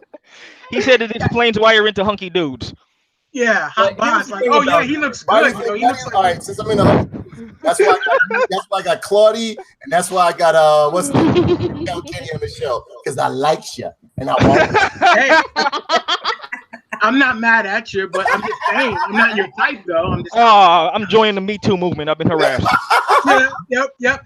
Tiffany, me too. I mean, help me. I'm uncomfortable now. I'm triggered. with Drake. He's a great rapper, but he's not an MC. Don't worry, I'll treat you like I'm late. Trigger moment. Don't worry. And wait a second, did you just assume my gender? Agenda. Lawsuit coming. How dare you? Did you assume my gender? Because he's assuming my gender that I'm a hunky man. You know? Yeah, exactly. I like, just want to say something. like some of Drake's music is cool. I'm not really a big fan of his. It's not his music. It's the Ghostwriter's music. He ain't write nothing. He ain't write nothing. He I caters just to the wanna say ladies. that y'all know this video ain't seen a lot of day, right? Well, once you get up there, You know YouTube's gonna get us. I know once YouTube get a hold of it, you know what? You know what? We've been telling you what I've been letting your ass escape for. No, YouTube. You know what they do with my channel now? They just smooth go through it and just remove shit. Just like how Facebook be doing me. Like sometimes they might leave it this time because they'll post it on my Facebook page. They'll be like, Danae, you got that? You see that post I put on your? But Danae, you got good now because I just said I just went full transgender on you, so you should be okay. I should be okay. Transform. Kenny, Because honey, I'm a you took the Decepticon. video. I'm a Decepticon. I'm a Decepticon. That's all they do. They the deception. I can't tell who you are now. Kenny, honey, you murdered this video. All right, so the next topic we're going to hit is the Halloween trailer. What did any of you guys see the new trailer? I did. I like it. Me too. I can't wait. Looking forward to it. I even like the Rob Zombie movie. The Rob Zombie one was good too. A lot of people don't like the Rob Zombie Halloween. Oh, they were good. I even liked how they made him look dirty. They made him I like the way they made him big and stocky. Of an era with Halloween. The end of an era with that Halloween trailer, or are they just gonna continue it? Because they're gonna all those Halloween films that, from what I was reading, all those Halloween films that occurred after Halloween 1, they're non-existent. They're no longer canon. No. Wait. The ones with Jamie Lee Curtis are the same timeline. So Halloween 1, 2. Yeah, that's what I'm saying. Quick question. What about Halloween H2O? Garbage ones. Please tell me they're going to ignore H2O because once Buster Rhymes drop kicked Michael Myers, I hated the whole movie. That's God. That's God. You guys remember that, right? Buster Rhymes straight drop kicked Michael Myers. It was just disgusting. I remember that garbage. I mean, like David. So wait, what do you think about all the Jamie Lee Curtis ones don't exist anymore? No, they do. This is the timeline that they're following with the latest one. The ones where she's alive. Like it's 1, 2, 4, and this one are the ones that count. But they're ignoring the Rob Zombie flicks, huh? They're saying that's a separate timeline of its own. But I like the Rob Zombie. Honestly, I don't see why a lot of people don't like the Rob Zombie. I thought they were great. They had their own vibe. His look too. They made the mask look dirty and beat up.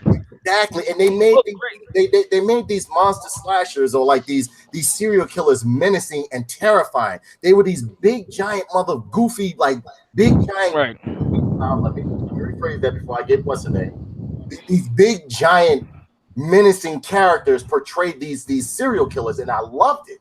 Because like when you go back and look at what is that, Halloween, and look at Friday the 13th now, especially as you're an adult, especially you being an adult, you be like, you know what? They catch me on the right day, I'll fight this motherfucker back. But like you look at the ones that Rob Zombie do, you be like, yeah, this motherfucker fucked me up. Like I need some help. You know what I'm saying? Oh, they be like big motherfuckers like that. I love them. Oh, just to dive back into something earlier, Nike does not make the MAGA hats. That shit is false. This guy, he went to fact check me. Look at you. He went to fact check me. Listen to this guy. I forgot we even talked about that. That was a minute ago. That's because it supports they do make military boots, though. I know that. But look at this, though. At the end of the day, you know, if I put a terrorist face on it, can you get mad? He does believe in anything, right? Sacrifice everything. I like the ones with Magic Johnson on them. Those are pretty on point. It's not even about what he kneeled for. And if we're gonna really debate what he knelt for, he knelt during Obama's term. Obama didn't do jack. Nobody recognized what he was doing until because the president doesn't control issues. Until they spun it. Well, yeah, I get it, but until they spun his kneeing because of anti-Trump, because when Trump won, that's when it became a thing. But we forgot what it really was about, police brutality, during Obama's term. Nobody, like people who paid attention didn't forget it what it's about. The NFL tried to make it about the flag, and white rednecks tried to make it about the military. Before it became he was doing it during Obama's term. It doesn't matter when he was doing it. He was still spotlighting the same issue. No, it really doesn't matter. No one talked about it. No one talking about it. That's what he got. The NFL really wasn't supposed to be patriotic. The military paid the NFL for people to be patriotic in them games, so they had to do whatever But like in all due truthfulness, is like none of them players really gotta stand for that shit. They really don't. And I think that's one of the reasons why Kaepernick no. Yeah, but my thing was that it became a thing after Trump won. When he was doing it, it became a thing after Trump addressed it. It became a thing. I like, if you know what, it started picking up steam as he was doing it, and then when Kaepernick got called the son of a bitch by President Trump by name, that's when it truly became a thing that was attached to the Trump administration, because he was the one who poured the gasoline on it. He was the one that put the spice on that. He was the one that put that extra sauce on it and got everybody riled up and shit. Yep. And talking about, oh, like that son of a bitch should be fired, and he got fired. No, he didn't get fired. Like before. He bought out his contract. He didn't get fired. He bought out his contract. Does he not play for any team at all? But he's still doing the Nike thing. He was still endorsed by Nike during his stint not playing, and he bought out his contract, so he didn't get fired. He didn't buy. He bought out his contract, so that's gone. But Nike, he was still unbankrolled until with Nike. So my issue is, I don't know why everybody's all up on the Nike thing and supporting it, because it has nothing to do with Black Lives Matter or just being oppression. It's not. It's skewed now. Because heck, Incredible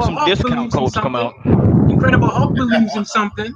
See, here's the thing. Here's what Nike is doing, and they know they're standing with a controversial figure, because this is nothing new for Nike. They still with Tiger when he was going through his shit. They still with Kobe when he was going through his shit. They still with Michael Jordan when he first came into the league and was causing all this rah-rah and people wasn't behind him. So what Nike is doing is nothing fucking new. Like, what they're doing and hoping for is they're hoping for the next generation that's socially conscious. They're hoping they're going to be on the right side of history on this, because history favors companies and industry that stand on social issues and on the right side of things. Like, look how long it took for the Ford company to get over backing the Nazis. That shit didn't go away until the fucking Korean War. It took them a long ass time to get that stink off of them. So imagine if Nike was like, oh, we're backing Trump, and this shit blows up in their face, and Colin Kaepernick, that's New Balance, 30 years down the line, turns out to be the right one. That would be their ass long term. They would lose like 2 or 3 generations of motherfuckers buying Jordans and Kobe's and whoever else is popping 30 years from now. They will lose that shit. So they're smart in their business dealing. I just want discounts. That's all I really care about. Like, Nike's not stupid. They got people making these calculations. Like, look, if we stand with Colin Kaepernick 10 years down the line, we're going to get these motherfuckers coming and going with Jays and LeBrons and Kyries. We ain't worried about these motherfuckers burning $35 Air Monarchs that you get at exactly. Those LeBrons are hot too. You know what the funny part is? That's because they got their money. Exactly. They got your money. Like, Nike already got their money, so it's like you're just burning shit in vain. Like, it's not really a boycott. They're like, we ain't worried about the $12 socks or the $30 Air Monarchs you could get at Kohl's. We worried about the $200 LeBrons that you get at Dr. J's. We worried about the Kyries. When them motherfuckers start burning, then we gonna have some issues. But Nike ain't worried about shit. Y'all worried about a pair of Soldier 12s are hot. Those Soldier 12s are no laces. That's why, like, when I first saw like, the story pop up about like Kaepernick, Nike, and people boycotting, doing this, doing that, I said that shit here today, not tomorrow. And Nike ain't worried about that shit. No, I see that Nike. I see as Nike capitalizing on a struggle, but flipping it to marginalize it, so that way anybody's face can be behind that slogan. Exactly. Where it takes away what Kaepernick really stood for. Now he looks like a sellout because he's not really talking. When you saw the commercial, he's not talking about the black struggle that he was supposed to be, the kneeling was supposed to represent. Just like BLM, it's watered down. It has no meaning anymore. And that's what they're doing. They're capitalizing on that. Now the BLM is about non-binary pushing. You got a percent of the population that's irrelevant. I'm not saying they're not existent, they don't have feelings or whatever, but they're not the majority where you're gonna break everyone, the masses, just to cater to 1% of a population. When you have, like, for example, I apologize if I'm offending PC, whatever, but if you have, like, the gay community doesn't dwarf the black community, but yet when you give them more rights and more capabilities, you cater to them, that population, versus a population that's been wanting some type of notoriety. That sucks, man. When Obama's office, he gives, we're gonna give gay people everything, and yet we're sitting back here like, what's going on? How are you superseded? How are you giving the minority, which we were? Now it's not even that. Now it's not even black anything. It's transgender, this and whatever. My issue is that Nike is marginalizing what Kaepernick represents. He doesn't represent black people anymore in Nike's eye. It's about making money off that struggle. They did it in World War II. That's how they got. Remember, they were private. They were a private company back then when they were doing that stuff back then. And then now they got public because they got big, like you said, in history. Yeah, they know exactly what they're calculating. So if I'm for human rights, I would never support this. Why? Because look who they're paying 50 cents an hour or a month to make those things that you're wearing for $300. Yeah, but you need those small hands for all the details. Oh shit, that's fucking. See, but here's the thing: nobody's discounting that Nike has labor issue. Like, you're right. Nobody is, because you buying, you spending your money on it. No, but you still have the same people, the same labor activists and everything still on Nike's ass. But this is like, no, they're only on Nike's ass here in America. They're not doing it over there. Just like the feminist movement here. Go to Middle East and go do that. They don't got Nike in the Middle East, man. What? I'll do this all day. I'll say yes. You know what? Feminism, amen. I'm behind you. Go to the Middle East and come back and tell me. Then we can talk. Don't waste your time here. The women are not struggling like nothing compared to them over there.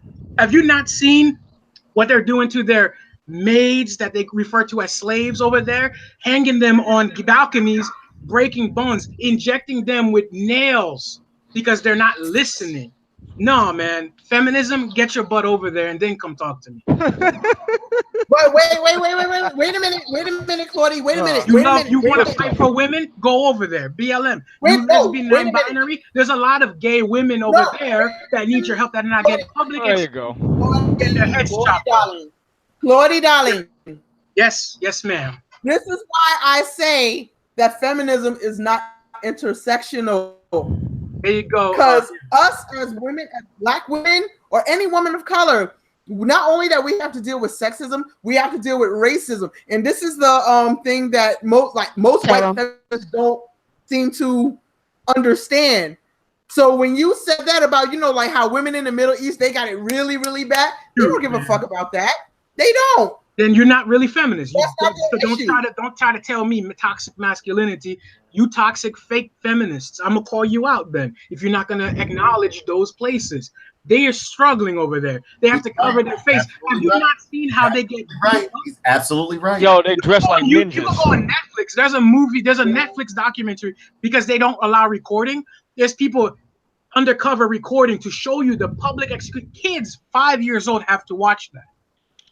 So you watch these women bumping into a guy by accident and they're beating the mess out of her.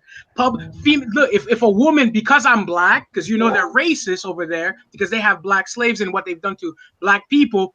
If your daughter, who's a light skin, wants to date me, and if she doesn't denounce me that she doesn't want to date me, she wants to date what the parents want to, that's where you get your honor killings of these women because it's okay, it's legal. That's ridiculous. Go help those women. Exactly. Go help them. Yes. I totally. Yes. You guys are privileged. I'm not gonna tell Shamika, hey, you know what? Why are you doing it? I'm not gonna do that. Come on. That right there is what feminism is supposed to be about. That's feminism. Now I got your back. I'm gonna fight for you women. Yeah, I'm gonna tell every man, no, she's doing her thing. She's actually going out there helping these things. Go do that. They chopping women heads off over there. They curb stomp. Women can't even drive. You guys are considered dogs over there. Come on.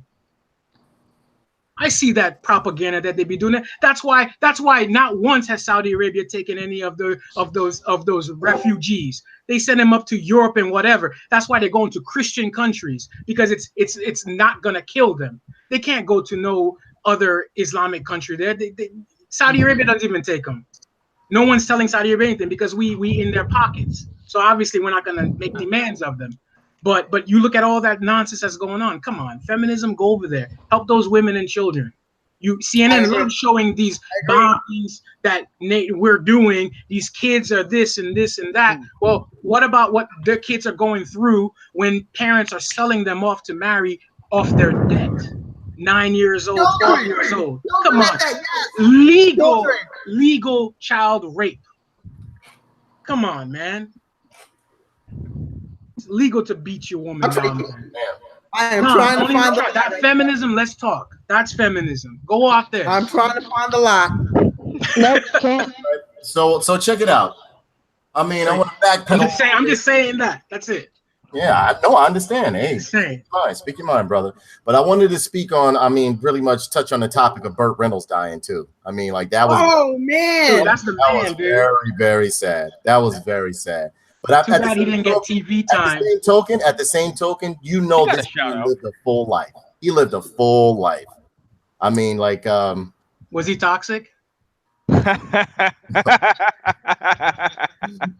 that's I'm just asking because that's he's a white man. He's a white man. He's a white privilege and he's a male privilege. So Cannonball Run was misogynistic. It definitely was, although there were women in there. All right, so we got an article right here that says, and it's by the Hollywood Reporter. It says Burt Reynolds, movie star who played it for Grins, dies at 82. It says the jock from Florida starred in Deliverance and Boogie Nights, but preferred making such populist fun fare as Smokey and the Bandit, the Cannonball Run, and Starting Over. Love Cannonball Run. Yeah, me too. Love Cannonball Run. Mm-hmm. I love Boogie Nights. Charismatic star of such films as Deliverance, Long Island of Deliverance. The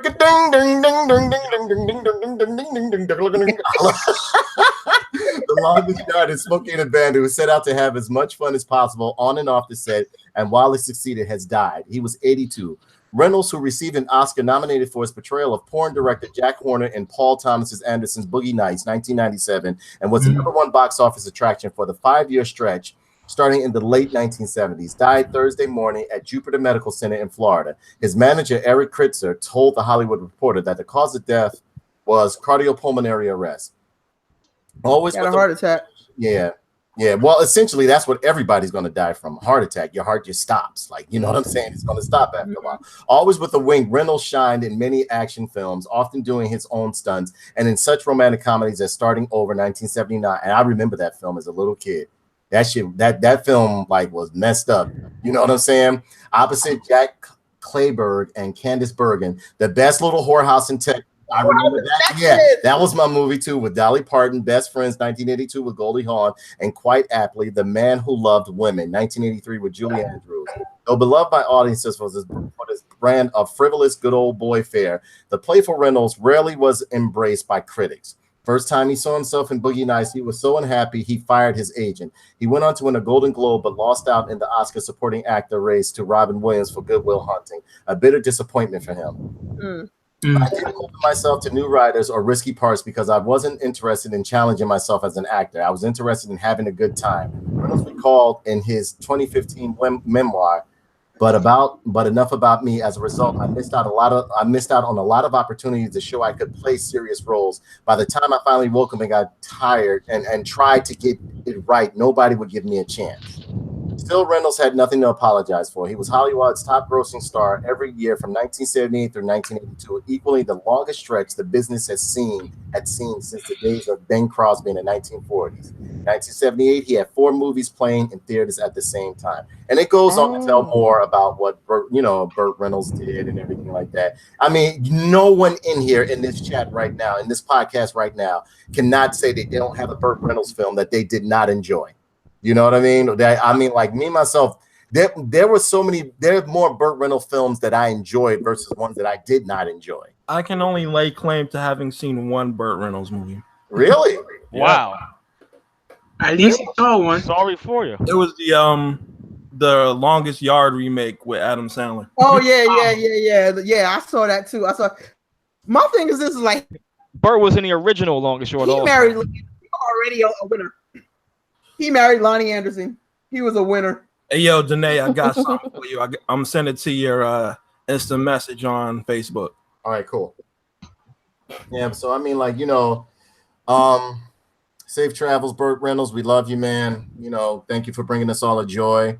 Yes. You did I throughout. remember he was the original choice to play Han Solo in Star Wars, Yes, but he he was. declined. You serious? Yep. Yeah, I was yeah, just he about was. to say that. I was just about to say that. Yep.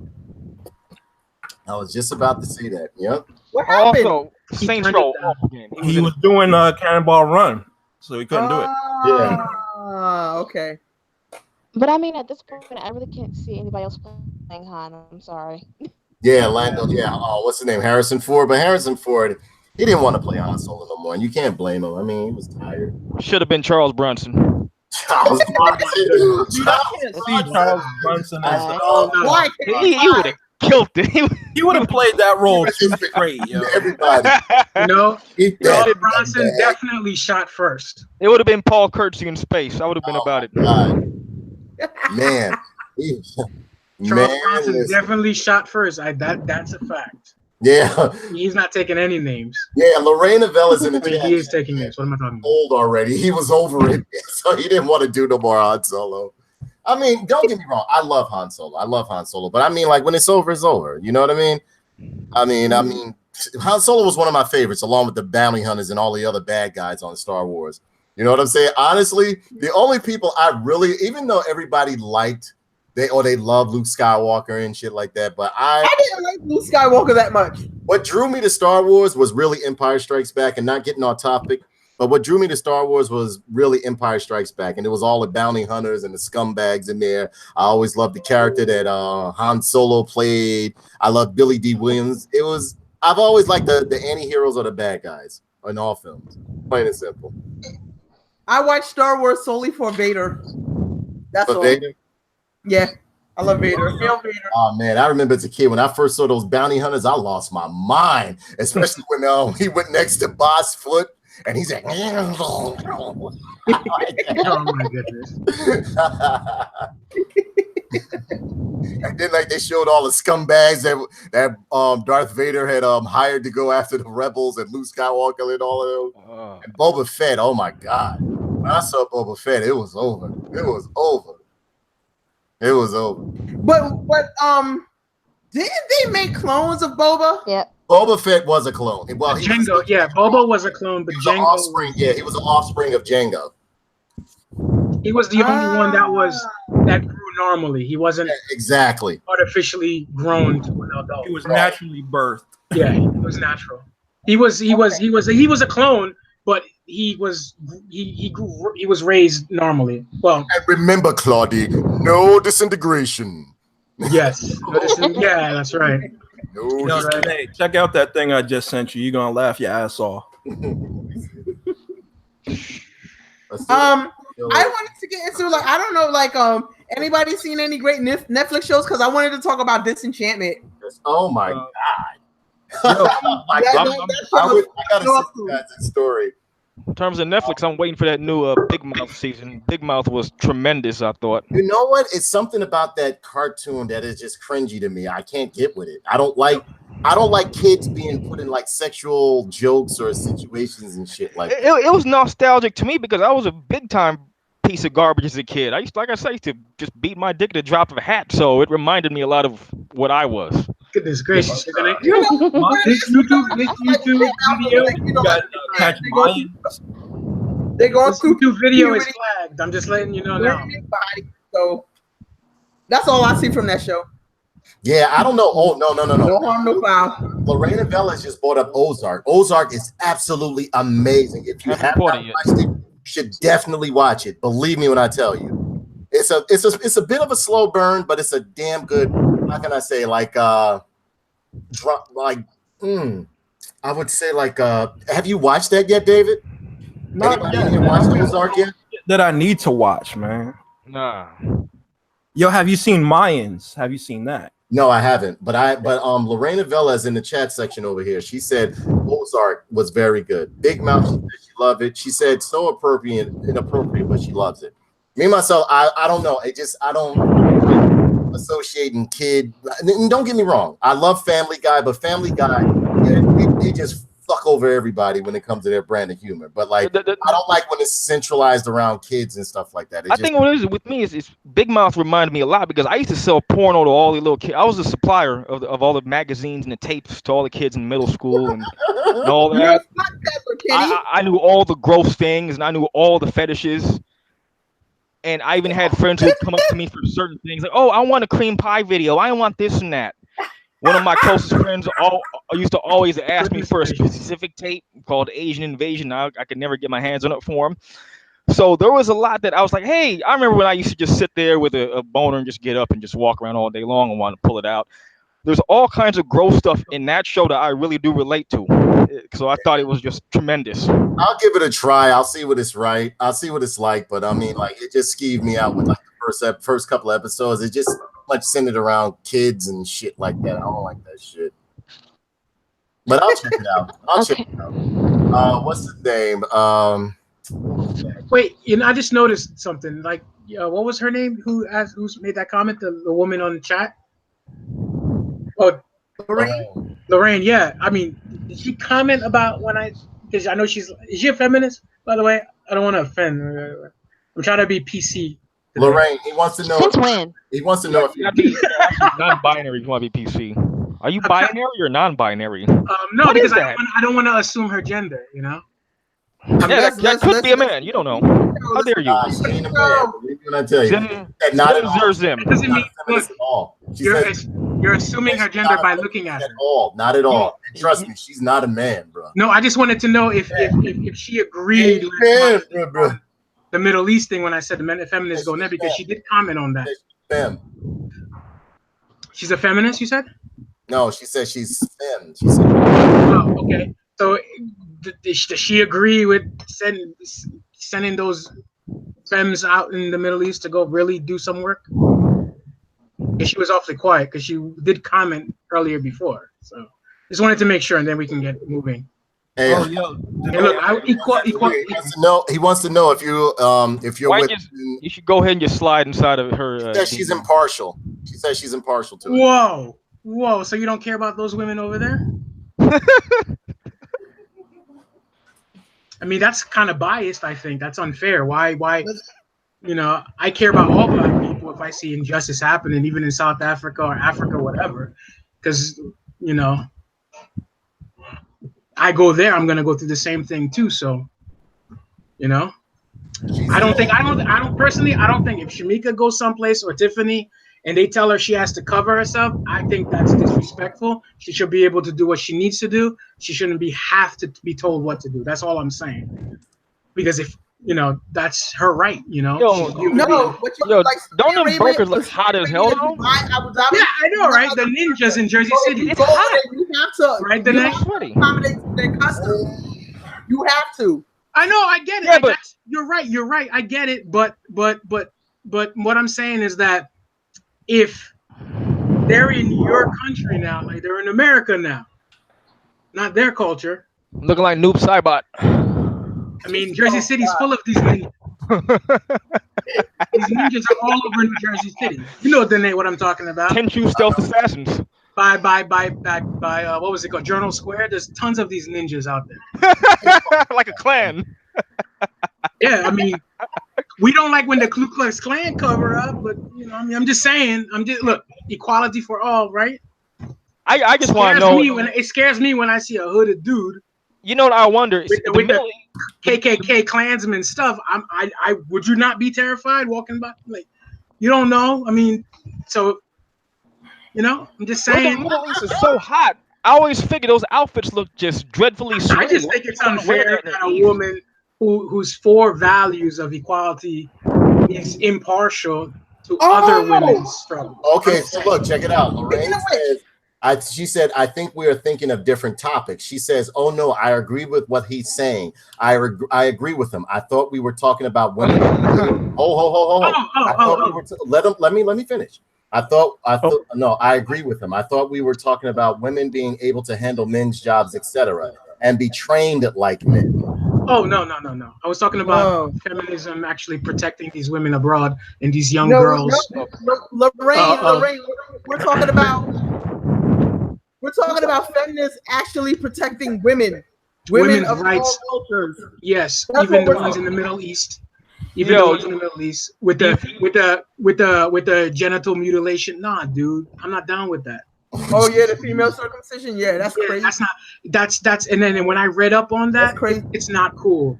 And they do that young girls, man. Man. These people need to be arrested and burnt alive because they do it to their own people.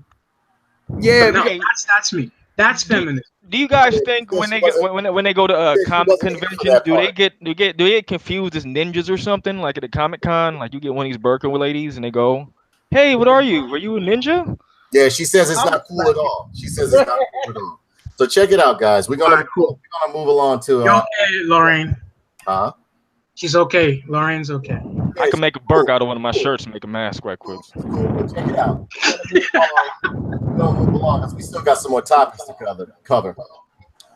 Did anyone watch the Netflix show The Power of Grayskull? Now, me being a big He-Man fan, that's on my watch list. I was going to didn't go. Actually, I learned a lot. Lot about Master of the Universe, more than what I know. More than what I know. You know what I'm saying? It's a very, very good documentary. And I don't know. It's contradictory to She-Ra, Princess She-Ra now. You mean Prince She-Ra? Prince She-Ra. He's non-binary. See, after watching that and them doing the documentary, have the, excuse my French, the cojones to put that documentary and allow that atrocity of an androgynous young boy having long hair to call himself a princess. No, I have a problem. See, it's just Hank Venture. I don't know. I'm confused now. Somebody said Hank Venture. Yeah, it's Hank Venture. It's Hank Venture with a wig on. So I'm just saying, you know. She looks like a Venture brother. How are you gonna release a documentary with that nonsense coming out? Oh, yeah, I think it's to promote it. Like, you know, you do have a new cartoon. You may as well release a documentary, lead them into it. They had the 80s She-Ra on it. Explain that to me. That's confusing. What you talking about? The documentary? They had the She-Ra. Yeah, they have the. Well, I mean, like this right here has nothing to do with that new She-Ra. No, I know. All other shit. They didn't even mention that shit. But maybe if you looked at some of the character designs that they have up there, the artist that drew for Conan the Barbarian, copied Frazetta, right? Yeah, Frazetta. Oh my God, they paid so much homage to Frazetta. It was amazing. I absolutely enjoyed it from beginning to end. But anybody that's a Master of the Universe fan and that loves like He-Man and the whole lore that goes with it, they even went into how like they didn't expect Master of the Universe to really take off. They were just trying to have something to compete with the Kenner Star Wars. And if you watch the Toys That Made Us, pretty much like expanded on this, but it was good. It was very good. It's a must watch. Even if you're not a He-Man fan. Well, even if you like don't collect the toys as myself, it was good to see like where like the collaboration between Lou Scheimer had came into place and everything and how they had to change it up, because as I would tell people when I was growing up, the Master Universe mini comics that would come with the action figure, they were violent as shit. I'm telling you, they were violent as hell. And like as they started syndicating the show, as they started like really wanting these toys to get out there, they gave it to Lou Scheimer, and Lou Scheimer pretty much cleaned it up and made it to where like, you know, it wasn't as violent as the comic book and stuff like that. So, you know, they even spoke about Thundarr the Barbarian and stuff like that. And if you think about it, Thundarr the Barbarian was out before Master Universe. And it also showed how like Conan, Thundarr the Barbarian, and other like science fiction characters, sci-fi characters pretty much molded He-Man. He-Man was a culmination of all of those put together. So, I mean, like, it was a great documentary. Not saying I didn't know that already, but it was good like it really went in depth. You saw like there were like certain there was contention between certain writers and developers and toy makers and all this other stuff. It was a great documentary. I absolutely loved it. I would suggest that for anyone who would like to know more. You know, I still have to take a look-see of the universe, because when I saw like, oh, I really have to watch. But now Fashion Week is in play right now, so I'm gonna have to wait on that.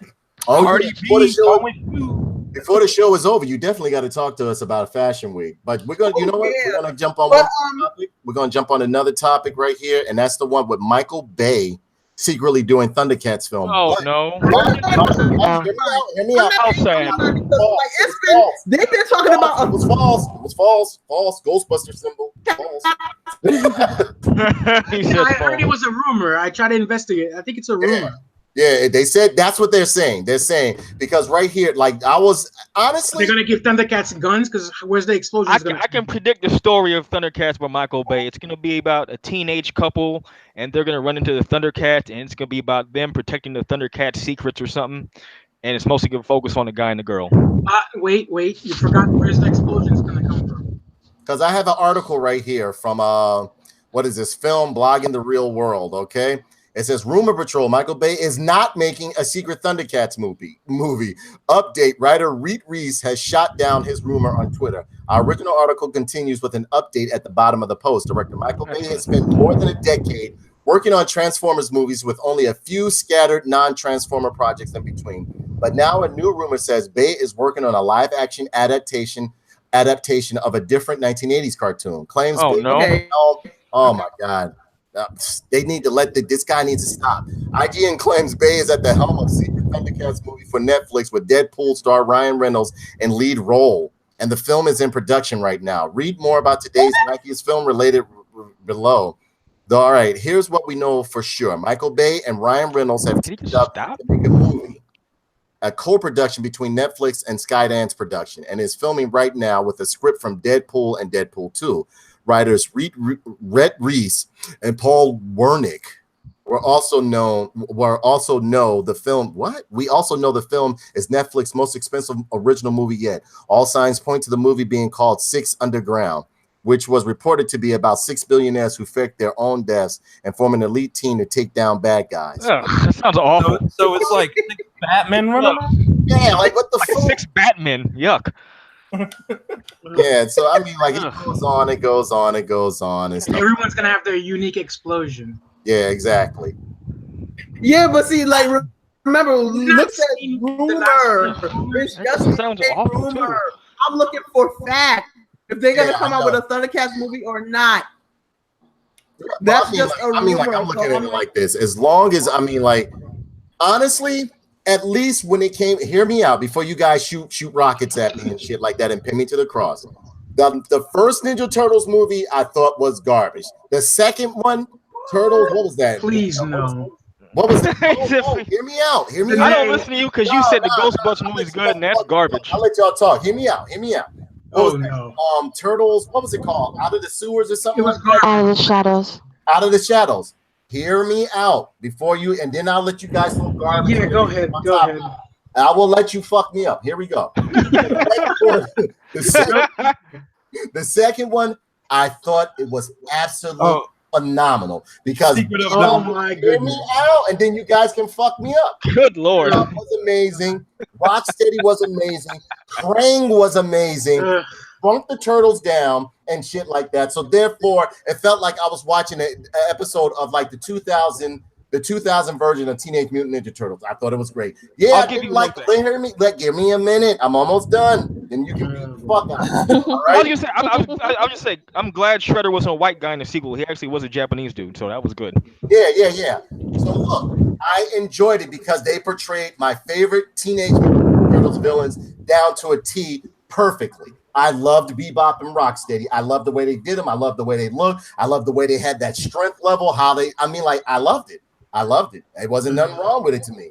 Now, I mean, like, as far as him, because I did hear that at one point he was going to do Thundercats. Now, the cast that he put out there for to portray like Panthro, Lion-O, so on and so forth, I would actually agree with. He's going to have, from what I heard and what I read, I mean. And I think, Aaron, do you remember when I put up the article about, what's his name? What's this guy's name? He's my favorite. He played Spawn. Michael Jai White is going to portray Panthro. I think he would be perfect. I think he would be perfect as Panthro. So, I mean, like, you know, I don't know if you can do a live action Thundercats justice. I'm sorry. It would have to be animated. Thank you, David. Thank you. Because this guy, Danae, is the one who's busy telling people, you know what? That guy's got the body. He's a hunk and all this stuff. So that's his guy. You worried about. So we need to help. We need to bring Danae back down to earth. Michael Bay we're talking about. If a girl looks good, they look good. If they ever do a line on that, This is Michael Bay we're talking about here. This is Michael Bay we're talking about here. Claudia worried about the outfit that I saw in his closet that time when he, you know. I don't know what you're talking about. I won't say nothing, Claudia. Me and you, we cool, bro. We cool. Not that cool, apparently. Man, I think Mel Gibson should do the damn movie. Not I'm your type cool. No. You said Mel Gibson? Yeah, let him direct it. Apocalypto was tremendous. Yes. I love the. I can see it. Everything that Mel Gibson has done, I absolutely love. I've loved him. Because he's done nothing but great stuff. But no, Michael Bay, dude, anything. If Danae starts saying, look, somebody spiked his drink because he was drinking something earlier. We got to be careful what he said. Didn't they like that last Ghostbusters movie? So it automatically makes his opinion that's the problem right there. I didn't like the Ghostbusters movie at all. Well, I didn't like it at all. See, that's the problem right there. Badly. Then they were saying the CG was like the best thing. When did I say that? Which one? Which The one? minute you said Teenage Mutant Ninja Turtles was hot stuff, man. I loved it. I loved That's it. my point. So there you First go. one I absolutely hated. I posted it up there. When Scooby-Doo came out. The second one. When Scooby-Doo the movie came out, Danae was like, "Yo, Claude, let's go see that." I don't even watch fucking Scooby-Doo. Stop fucking lying. Well, sometimes I watch it. Yeah, well, thank you. Not the cartoon. I'm talking about the live action one. This is Danae was like, "Yo, I loved it. I loved it. See, I was right. How did I know this? I just pulled that out of a hat. I think Matthew Lillard did an excellent Shaggy. I don't think Those anybody are else awful could portray movies, Danae. Shaggy. Can you stop that? Those are awful movies. Yeah, I know. I told you. I pulled terrible, it out of sir. a hat and I was right. Look at this. Now you do know. Now, when it comes to Transformers, I hate Michael Bay for that. I hate it. I think that was the worst fucking thing he ever did in his fucking life. I hate them. I hate. And you know they're releasing Transformer film he ever did. He's The doing another robots look shitty. You know they're releasing the '80s Transformers movie, And that's Michael Bay still, though. And you know that's not gonna make no money, right? September 27th, I'm going to see it. I already reserved my ticket. You're probably gonna be the only one in the theater. I don't give a fuck, and I'm gonna enjoy it.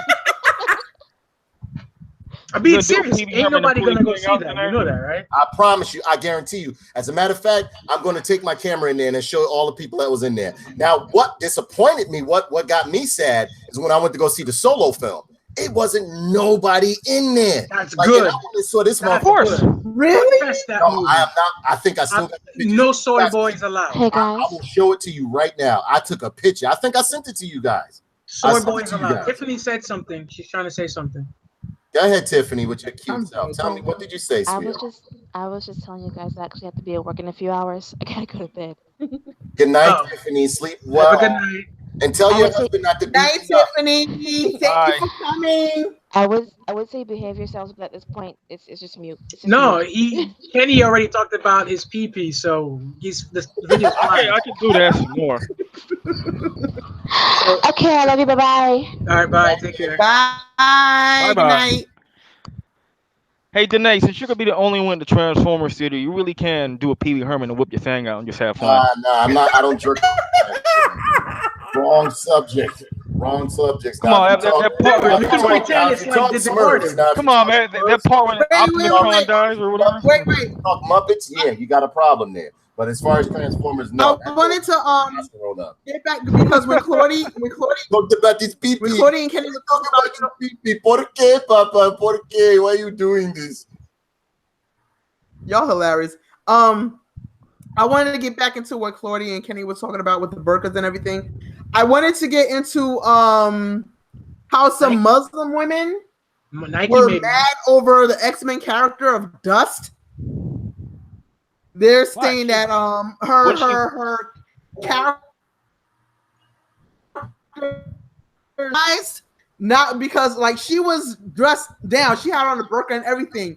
Yes, but you know, like they showed her silhouette, they showed her shape, and the Muslim women are saying like, oh, like the comic book sexualized who Dust was, this, that, and the other. Now, this is my thing. Dust has been an X-Men character from December 2002. Why are they making this an issue now? Man, fuck them. Hey, David, I got some news you might want to hear. I want to know your take on this. David. Captain Marvel's No. unsexualized outfit. No. Carl Danvers? No. Check it out. Hey, David, you there? Yeah, I'm here. Okay. So what do you think of Henry Cavill to play as the Witcher character? What do you think? I think that's a good choice.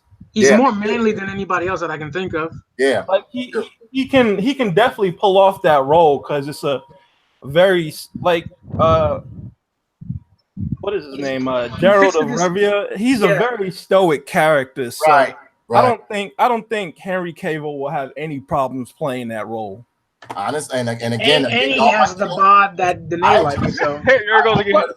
Like another thing is I'm glad it's on Netflix, so it'll be a series instead of a one-off movie. So because it'll fully allow you to explore the depth of the Witcher world. So right. I thought it was gonna be a series, not a movie. No, I think it's going to be a series. It's not. No, I said I'm glad it's going to be a series and not a movie. Okay. Yeah, I was going to say it's going to be a series. he has the bod that Danae likes. So From what I was reading, they want to really encompass, like, you know, they want to really capture, as you say, they want to capture the whole Witcher world and the lore. They wanted to be spot on. And if you guys don't mind, I got an article right here from Wired that I want to show you guys pertaining to Henry Cavill portraying himself as, what's that character's name again? Gerald. Gerald. Geralt. It's Geralt. With the T. Geralt. Geralt of Rivia.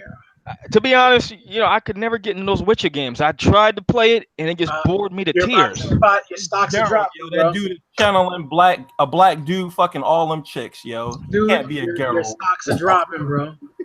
So right here it says Superman joins The Witcher and the rest of the week in games. This week we're witching, we're selling, and we're preserving the past. Things are going pretty nice this week on Replay as massively multiple. I don't want to hear that shit. On Netflix, Henry Cavill will be taking up The Witcher's silver swords. Geralt, that's his name. Geralt. Yeah, Geralt, the protagonist of what? He's in Soul Calibur 6. Sapkowski's. Oh yeah, that's right. Most popular by the novel's video game adaptation by CD Projekt Red is generally portrayed as a crotchety, wizened sort, a noir hero stuck in a fantasy realm. Now, I know what you're thinking. Henry Cavill, yes, no. Well, weird news for you then. Henry Cavill, former Superman and current pretty broody man, will play Geralt. What's Geralt of Rivia? What is it? Rivia? Rivia, one or two. Rivia in the upcoming Netflix adaptation of The Witcher, which is set to air in an ambiguous time in the future with Lauren S. Hissrich as showrunner. This show isn't a video game adaptation per se, but it's also not that. It's based off the books. That's so there's different stories that can the most iconic and popular leg of the franchise. So it'll be interesting to see how Cavill does. And but you get ready for SJWs and all I that. don't think they change him though, because he's a real big womanizer in the game. Yeah, you know he's that's what I'm saying. That's why you know that they're feral. Witchers are feral. They live for a very long time. So. The good thing you came on the show is because that I know you played Witcher religiously or have played Witcher religiously. I like The Witcher. I've played all of it. I'm gonna let you know. I didn't know that. I know The Witcher is feral. So therefore, he lived a very long time. Think about and given in today's social climate, how do it's gonna get a lot of fire. Yeah, exactly. Dude, if they could Cavill was already getting it on Twitter because of him being either labeled as gay because he doesn't want to say anything about women because he's dude, if they with the Marvel Cinematic Universe on Netflix, they could definitely make with the fucking on The Witcher on Netflix, bro. That's true. Dude, they had fucking Jessica Jones and Luke Cage break fucking beds. So I doubt they're gonna skimp on the fucking stuff. Jessica Jones. I didn't like that show at all. It was boring to me. But go ahead, continue. No, David, you're right. They're gonna still do it, but that doesn't mean that it's not gonna get backlash. Because, dude, every movie that came out, freaking Avengers was getting hit with there was no gay people in there. Why is there no gay people? I'm like, dude, really? They're making a big deal about it. If it was like on a network release or a major motion picture, yeah, I could see it getting the backlash. But they tend not to come down on the Netflix or the Hulu stuff or the streaming services stuff as hard, if at all. Yeah, it kind of flies under the radar. You know, though, I think it depends on how they portray him. If he comes off as this hardcore womanizer and this and that, they're going, oh, it's misogynistic theories. It's whoop-de-woo. It's this and that. Luke Cage at the same way. He was fucking everything left and right in the first season of that series, and nobody said boo about it. Hell, because you had women up there like, yes, fuck David, now you have a white guy doing it. Honestly, David, a lot has changed within the past few years that Luke Cage has been out or Jessica Jones has been out. Yeah, because Luke Cage got the pass because of he's black. I'm telling you. When Iron Fist came out, what happened? What happened with Iron Fist? Absolutely right. Cultural appropriation, bro. Cultural appropriation. Oh, it's a white man doing this. Dude, come on. Really? Everybody knows Iron Fist. Iron Fist is old character. You telling me now everybody's gonna make a big deal because he's white? It should have been an Asian man. It was meant to be this. I had my cousins don't even know the comic books, and they're complaining too. I'm like, dude, look at this. Look, tell me how old that is. Now you tell me what's going on. So no, they didn't do it for black Luke Cage because he's black. Come on, dude. This is the era now. This is what they're gonna complain about. If it's a white guy complaining of Captain America or whatever, they're gonna complain. You're not disconnected. The part is they're already complaining about the Witcher series. There are lots of people complaining, oh, there's not enough representation of color in the Witcher series. It's all white people. Did you not remember? Issue, kind of. I don't know if David, are you into video games or whatnot? Cyberpunk 2077. Yeah. That guy. They're complaining now. Somebody tweeted. They didn't even see the demo yet. The demo that we saw on the internet on YouTube was only at E3. They didn't show. That's the same demo that was at E3 that they showed on YouTube that we all saw. Before it even came out, they tweeted to CD Projekt Red saying that, oh, it's one of those male misogynistic games.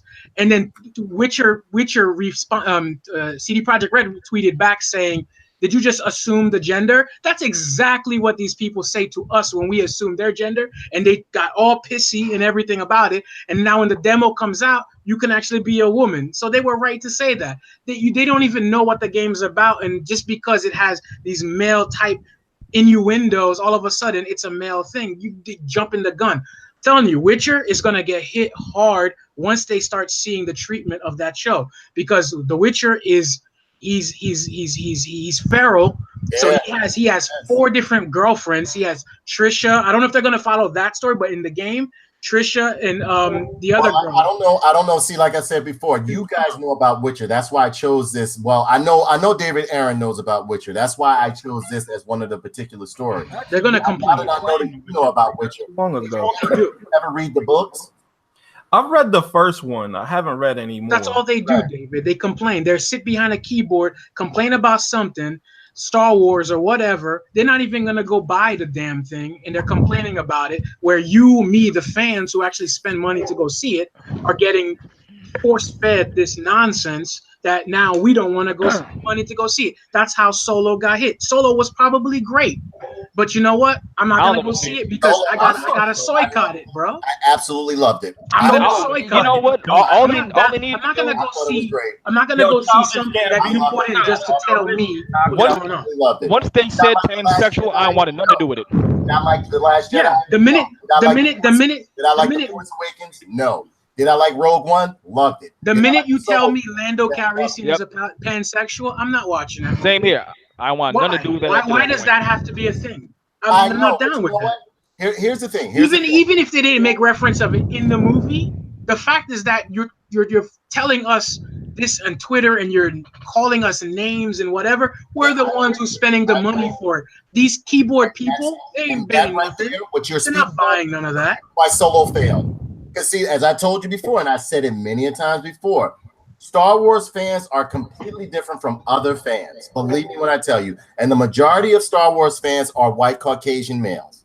And when you white Caucasian males tell you they're going to boycott something, they boycott it. Trust me when I tell you. And the thing about it, I'm a hardcore Star Wars fan. I'm a very hardcore Star Wars fan. And I went and saw it. And if you know, before we even did the show for Solo, I was like, this shit is going to be garbage. This is going to be this, that, and the other. But I'm still going to go see it so I can give my honest opinion. I went and saw it, empty movie theater, and I saw this during the afternoon.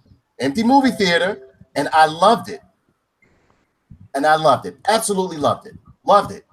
But but because of the backlash, I'm gonna tell you what to do. But because of the backlash of how they're treating their fans, they're cursing them out, talking slick to them on Twitter, social media, telling them that they're irrelevant. Force is female. I'm gonna tell you what. The result, they said they were going to boycott Solo. They said it. They said that they were going to boycott the same thing. Solo, The same. That's what they did. And it's the same. And it's just, and you know the funny thing is, it was a very good movie. The funny thing is that now when you look at and you see that stupid cancerous nonsense is spilling into everything, it's almost as if like you guys, I'm not generalizing the women, but I'm saying majority of these feminists, you guys hate male privilege so much, or men at all period, that now you're attacking the video games. Now you got Battlefield 5 saying it's a historical fact that you have a woman I'm not touching it. who's It's failing. I'll never touch it. They know no women, and then you have a woman with a prosthetic. No man with a prosthetic would be fighting a war. And then you're telling us that's historical. No, we're changing history. You guys are just cis white men or male privilege, this and that, misogynistic.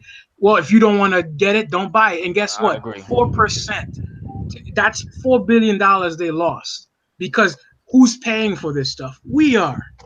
Man, you know what? I got who are complaining ain't buying nothing. I got the same exact problem with Voltron. I watched a little bit of it first, and those then are the stuff that we grew up watching. Most of the men did. Get this: an article comes out telling you that the main dude is now a damn Peter Pumper. I don't want nothing to do with Voltron no more. You talking about No, Shiro, like the main guy, Voltron, like the Shiro, the main dude. No, you gotta watch. They didn't say. I'm not. Yeah, he's a gay dude now. He's a gay dude now. And once I heard that, I'm going good. Y'all keep that. I watched the most recent season of Voltron because that's what I was looking to see if they were gonna like really do it, and they didn't. They did. But Lost in Space. Once you put that out there, it's not. I'm sure there's lots of people who think like I do. Once you tell me the main dude's a gay dude, even if you don't expressly put in every episode, I know he's a Peter Pumper. Look what they did with I don't want to touch it. They said it exactly. He wasn't in it in the movie, but they're tweeting it. They're saying this. You have Donald Glover taking interviews talking about, so what if he's this? To me, I thought that was the most disrespectful thing ever. They kind of did display him being pansexual in the movie because of robot relationship he had with the robot. What's her name? Which really ended up being the personality for the Millennium Falcon. So in terms, when the Millennium Falcon gets a little stubborn, doesn't want to start up or whatever the case may be, you can attribute it to the person. That is dumb as heck, man. Nonsensical stuff. That was dumb as heck. It wasn't in the other movies. What's the point? Lando Calrissian a pansexual. I thought it was inappropriate. I thought it was an attack. So now, what are we going to see? So what we're going to see him now? What we're going to see him in the new one? Episode 9. What is he going to be? He's going to get his PP shot off, and then he's going to die too. That's what they're going to do, because that just seems like the trend. They're trying to kill off everybody. They won't even give Leia a proper death. Now that she's gone, they should have just let her die. No, because it's girl power. They had to let her live, but kill off all the old men. That's the reason, dude. No, I'm not falling for that stuff. You. First time, shame on me. Second time, shame on you. Third time, you're not gonna get a sucker out of me. I'm done. Star Wars, it's like I'm not even amped to go see it. I don't care anymore. I know a lot of people. I don't care. And I love Star Wars. I want them to lose all the money. I want them to lose it. I love Star Wars.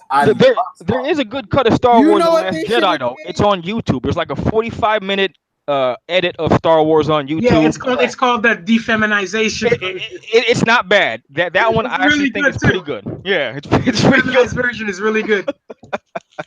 Okay, so I mean, like, any closing thoughts on that subject right there? Because we got a few more topics that I want everybody. You know what they should have did? How did we? You know what they should have did with episode 7? Like shut up. They like when Han Solo died in the movie, a proper burial.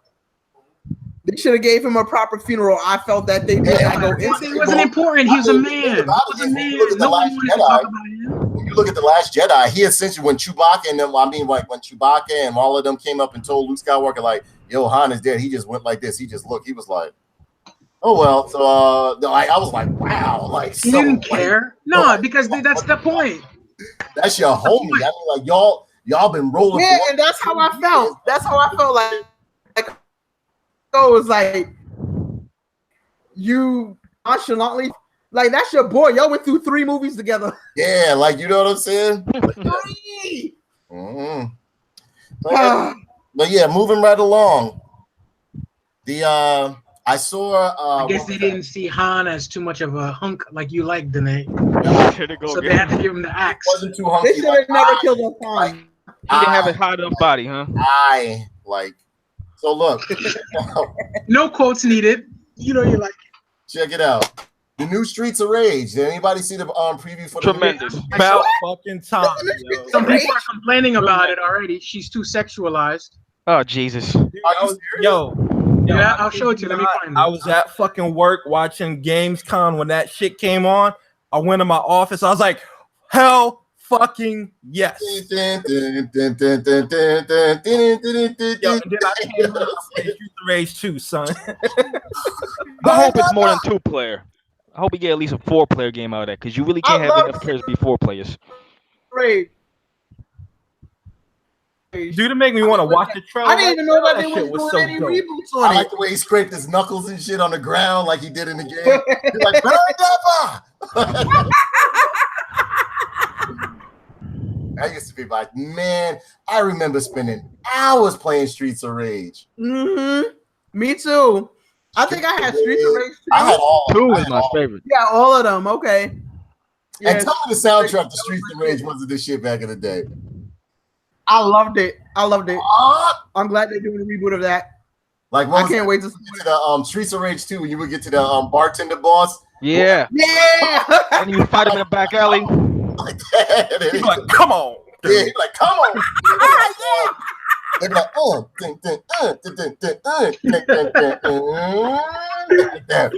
Yo, while I'm trying to go through my the bookmarks for the stuff, I forgot to mention about, Battlefield 5 is called Beta Field.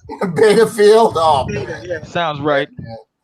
EA. I forgot to mention that. It's been a good 2 years for EA at all, man. This has been Dude, they told us not to buy it, so okay, we won't. I'm not buying it. People are already complaining through the beta right now. They're playing it right now. It's stupid. They said it's basically Battlefront 5. Dude, you should have put on the list 2K begging us to allow I heard the about Belgium government to allow loot boxes. Yeah, I heard about that. That's silly. We're supposed to support them for that. Stop it. So, closing thoughts. What do you guys think about Streets of Rage 4? I like Copy it. I can't wait for it. It's gonna be Gotta on my- copy. Bring it. Make it happen. Make it happen. What console is gonna be on? I think it's for everybody. Platform. It's an arcade game, so it'll be everywhere. Like a Yeah. download release. Nah. Steam is getting it. I think the consoles are getting it. Switch is getting it. You know when Steam get it, people gonna start modding that shit. Put like, Yeah. Yep, you know it. it's gonna be Smurfs in there. Ninja I'm gonna participate in the modding community. On Streets of Rage 2, I got a mod for that, and you can just play a Street Fighter characters. It's so dope. Exactly. Well, there's some mutants. I mean, what do you call them? Open boards with a bunch of like Street Fighter characters and stuff like that. That's true. That's true. Yeah, I love the open board games. Like I found one that was one of my what was it called? Night Slashers. With open board. Oh, that's a great game. That's a great game. Yeah. Yeah. Like, You fight zombies, and I always use the blonde-haired guy with the robot. the cyborg. Stuff. Yeah. That's a good game. The best part about it, back in the day, we used to call it the Niggly Breaker. Where like he'll throw out this big black ball. He'd be like Niggly Breaker, like that. You know you talk about Streets of Rage. When I went to that gaming event that they had in the Midtown, it's called Play NYC. It's like I can't say that it's like E3. It's a lot of independent games, but I played this joint that's on. They have an app for the Mike went out. iOS now called Just. If you're, hello, can you hear me? The mic is going out. I got a blue mic. What the hell? I don't know what the fuck happened. Yo, Danette, you played The Messenger yet? Nah, how is that? I didn't get a Yo, It looks like Ninja Gaiden. I got it on Steam. All right, I'm gonna put it to you like this: you think it's a straight up Ninja Gaiden game, but then it switches it up on you and becomes a Metroidvania game halfway through. So it's trying to be like that new one that just came out. What's the name of that? Dead Cells. Sort of, but it's a little bit better. Oh, okay. There's another game that I thought plays like this. It's called Pixel Shinobi, which is pretty much just like Ninja Gaiden. If it's anything like that, it'll be dope. You know what's so dope about The Messenger though is that it was at an independent show in Japan, and the original producer and developer of the NES Ninja Gaiden games was there, and they caught him and they played The Messenger and they gave it their stamp of approval. That was pretty dope. Cool. I'm definitely gonna check it out. I'll download it after I get off of here. Next game we're gonna talk about is Sega announces Hoto no Ken. I got an issue about this real quick, man, because I actually on Facebook a pop-up for that game came up, and I made a little small comment. All I said was, "Please port to PC." It wasn't within 10 minutes I got inundated with attacks by all these little PS4 babies calling me out and, "Oh, you're a PC, this and that," and all I said was I just wanted on the PC. I went through pages or like different fools sending me paragraphs arguing with me, and all I said was I wanted on PC. I got called an elitist and this and that. Oh, all you care about is frame rates and graphics. And all I said was I want to play on my platform because I can play Yakuza at 128 FPS on max settings. Right. Once I said that, the people lost their minds. Ever since Yakuza came on PC, all you people do is you talk about graphics and this and that. So now I'm now it makes me not even want to touch it on PS4 and just wait, because I hate these PS4 people now. It just annoyed me. We're still here, Lorraine. We're still here. All I make is one little sentence, and here comes the PS4 nut riders to attack me. It was amazing. The game looks great, though. I'm just not a big fan of the current community of it. Yeah, I can't wait to play that Hoto no Ken. As a matter of fact, I'm trying to pull up that article that What did you think of Superman by far? Here, I'll send you. Spider-Man? I'm sorry. Absolutely hate it.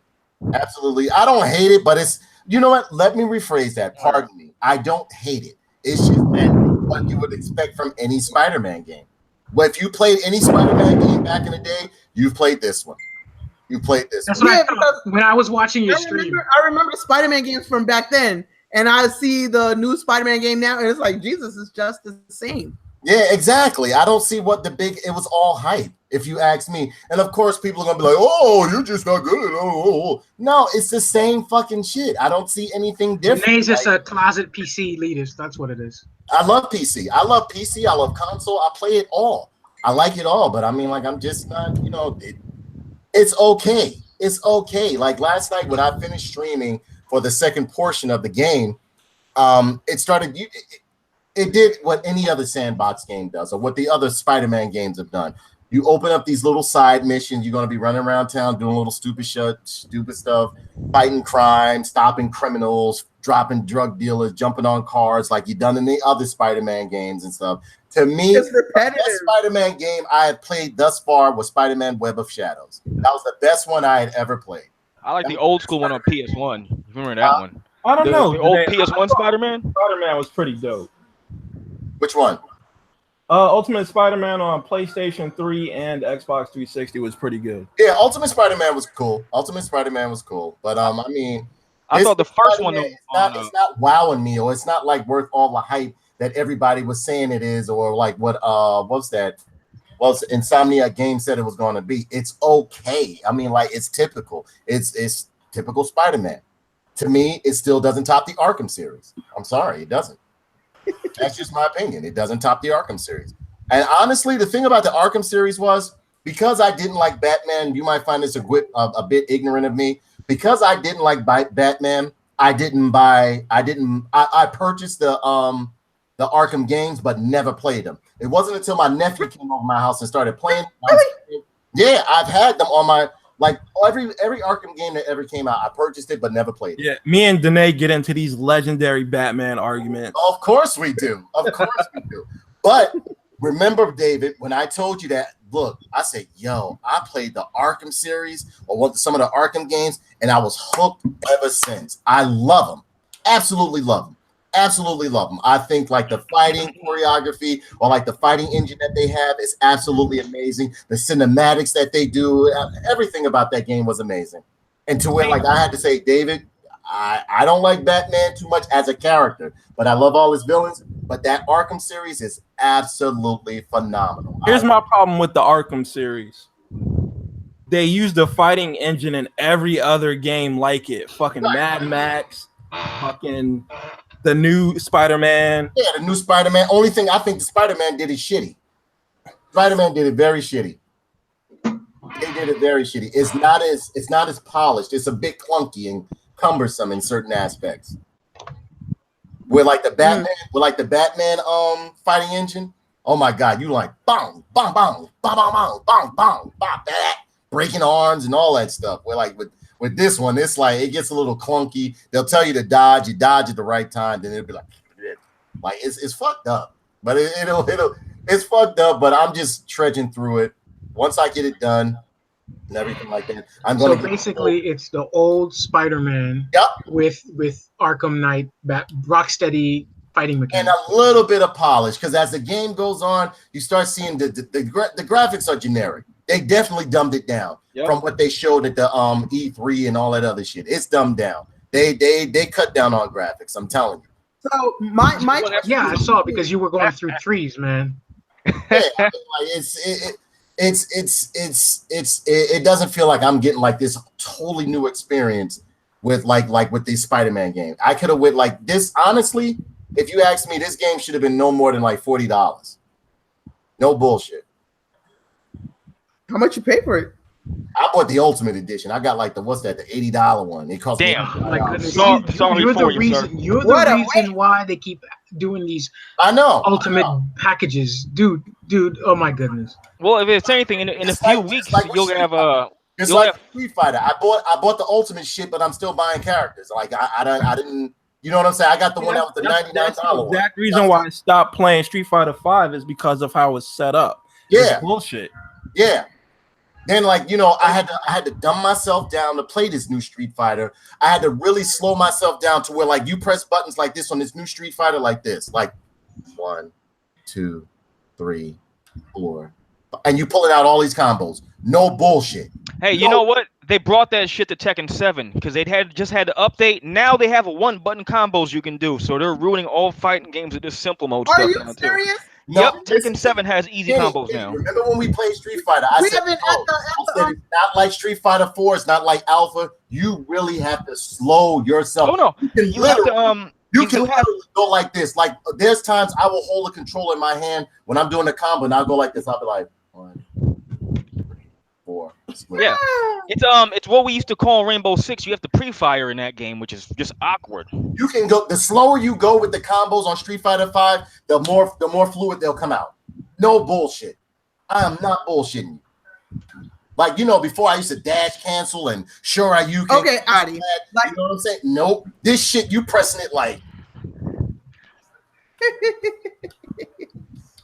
I am not bullshitting you. He's right. I played with him a bunch of times. It was always floaty. Yes, and it's very it's just I don't know. It's like Street Fighter for kids. It's weird. It's weird. Like motherfuckers that come from playing like Mortal Kombat and Street Fighter and all the other like heavy duty games and shit like that, heavy duty fighting games with speed, and you had to have like blistered thumbs and shit. You have to totally retrain yourself to slow yourself down. I react slow as fuck on this new Street Fighter. When I play David Aaron, I'm using like tactics like before. And remember, David, you was telling me like, look, it's different. Remember you were telling me? Yeah, I was, and like I had to stop playing Street Fighter because I was like literally throwing down controllers. I was like, this has got to stop. Well, see, I realized something was wrong with me after playing Street Fighter V when it first came out. When 30th anniversary came out with Third Strike, Mm-hmm. Nothing was coming out for me with Third Strike. I don't know if it was the game. I'm like, wait, what's going on? I can't. Because they used the old fucking my board. timing is all off. Yeah. Because I like playing with what's his name, and nothing's coming out for me. So now I'm like really upset. But Street Fighter 4 was good, but even then, because that was fast paced. I don't know if you played that Street Fighter 4. Yeah, I Love have. 4. I have. My Sorry, that my was Balrog fast. used to be a nightmare in I was that very good game. at Street Fighter 4. Not bragging or anything. You were what? You said in Street Fighter 4? Getting your butt kicked? What? What, boy? What you want to do? What you want to do? What you want to do?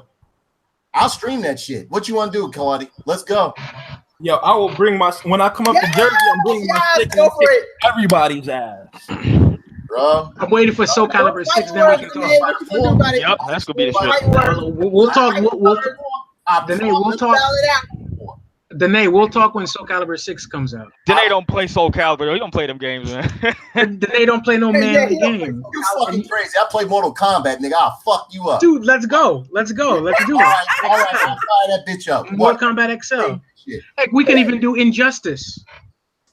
I gotta reinstall it. But We we'll can play do some more Injustice. Kombat. What you want to do? What you I'll want? pick Ant-Man. Huh? Ant-Man, I'll tear you up with Ant-Man. I mean, not Ant-Man, Adam-Man. Adam-Man. Play me some Mortal Kombat. Play me some Mortal Kombat. You'll see what happens. Play me some Mortal Kombat. Yeah, you'll be crying to Shamika. No, I won't. I promise you I won't. Or you'll be crying to Kenny and asking Kenny, let me get some real judo live. Don't put me in this mess. Bro, I gotta No. And then after that's without burning meter, nigga. What? and What you wanna do? after I beat you in Injustice, let's do Tekken 7. I don't play Tekken. Oh my goodness, what is wrong with you? I'll whoop everybody's asses on Virtua Fighter 5, though. That's all I know. Now you know what? I'm You good know off. what it was? If it's like 2D games, 2D games or 2.5D games, I love them. And I the like only other sidestepping. three, hear me out. The only other three, what was that? 3D game that I enjoyed was the fucking was Power Stone. I love Power Stone 1. Absolutely loved Power Stone. That used to be my shit. I don't have that. I don't even have a Dreamcast. Guys, You were the one that introduced me to Power Stone, remember? I got a question for y'all guys. What is a game that y'all haven't played yet, but y'all really want to like get hands on to? Fist of the He North wants to Star. play SNK Heroines. Yeah, Fist of the North Star. No, Danae wants to play SNK Heroines. Oh, with all the tranny fighters, I'm good. They didn't turn. No, that Fist of the North Star is gonna be hot though, because they're using the Yakuza engine, and that game's already the business. You got to play with the female version of Terry Bogard. Ugh, tranny Bogard. Hush, This hush. is Bogard. You know, now we're down to the closing end of the show. Tamika, what you been up to? Oh, I wanted to speak to you about the bottle that I'm drinking right now. What? No, I went to a Belvedere event 2 days ago, and it was a collaboration launch between Belvedere and a Nigerian artist by the name of Lalu Sembanjo. Hold the bottle up. Lorraine in the comments, she wants to see the bottle. This is the bottle. Take a look. If it glows under UV lighting. Really? Yes. So this is a limited edition. They had a launch for it at the Whitney Museum of Art in the Meatpacking District. Right. And it was fantastic. It was really fantastic. They had the artist actually did the Beyonce's Lemonade visual album. So him and Belvedere made a collaboration, and all of the proceeds that anybody that buys the bottle, the proceeds go to Bono's Red Foundation for HIV and AIDS. That's great. That is great. That's great. Yeah, so like he really wanted to do something like close to his Yoruban culture. So this is what he came. He's Nigerian. Came up with. He's Nigerian. And He's Nigerian. Yes. Yeah, because what you say, Yoruba, right? Yoruba, yeah. Yeah. I know them motherfuckers. Like, Like the man about to run up and shank somebody. I know them motherfuckers. don't talk to me. No. Don't talk to me like that because you don't know about the Anna. Okay. What else did I do? I went Don't to talk about your DJ session and your fashion shoot. I saw on your Instagram. I stalked you on your Instagram, and I saw that you were taking pictures, and I got jealous. of what? I don't know.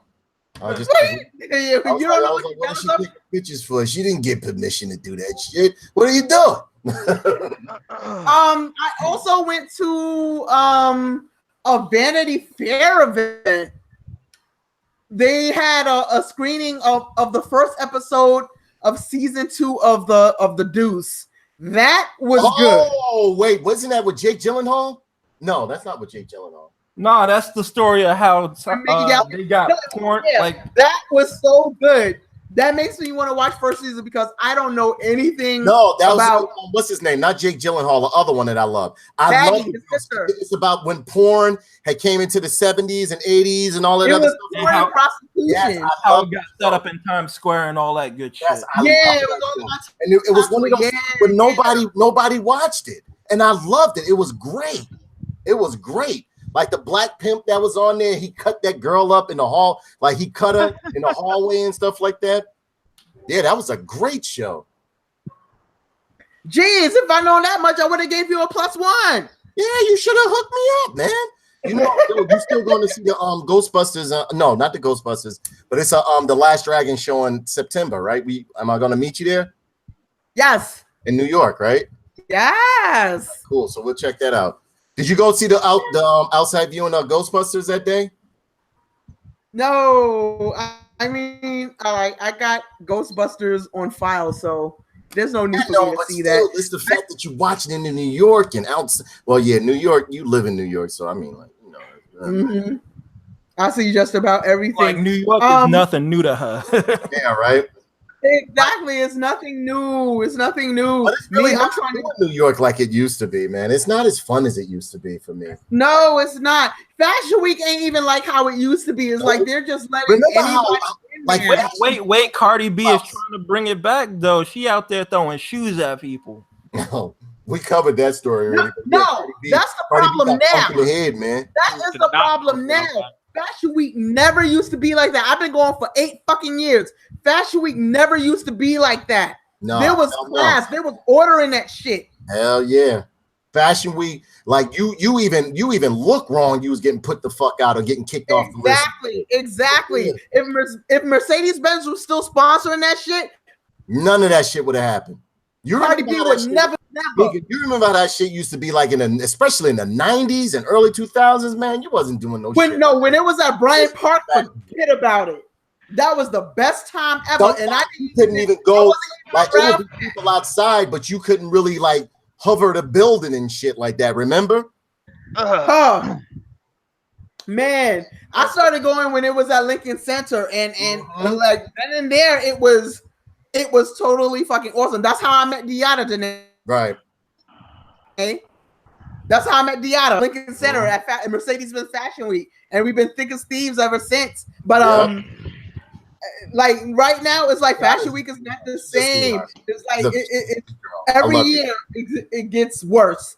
Every year. It's getting. They let it hood boogers in. Like, it's hood now. It's hood as fuck. Because like you never because it was a certain class of people that was allowed in there anyway. You know what I'm saying? But like now, it's also from. It's just hood as fuck now. It's like going to some old ghetto ass. The issue is they're not letting the bar has been lowered. Actual journalists. They're not letting people who really care about fashion into these events. They're just letting people who are quote unquote hot for the moment into these events. Yeah. That's the problem. And what happens when you let hot for the moment people in? You get this shit. So I'm just gonna. Hey Mika, are you able to talk about your DJ session? Sip my drink, whole shit unfold. Oh, all right.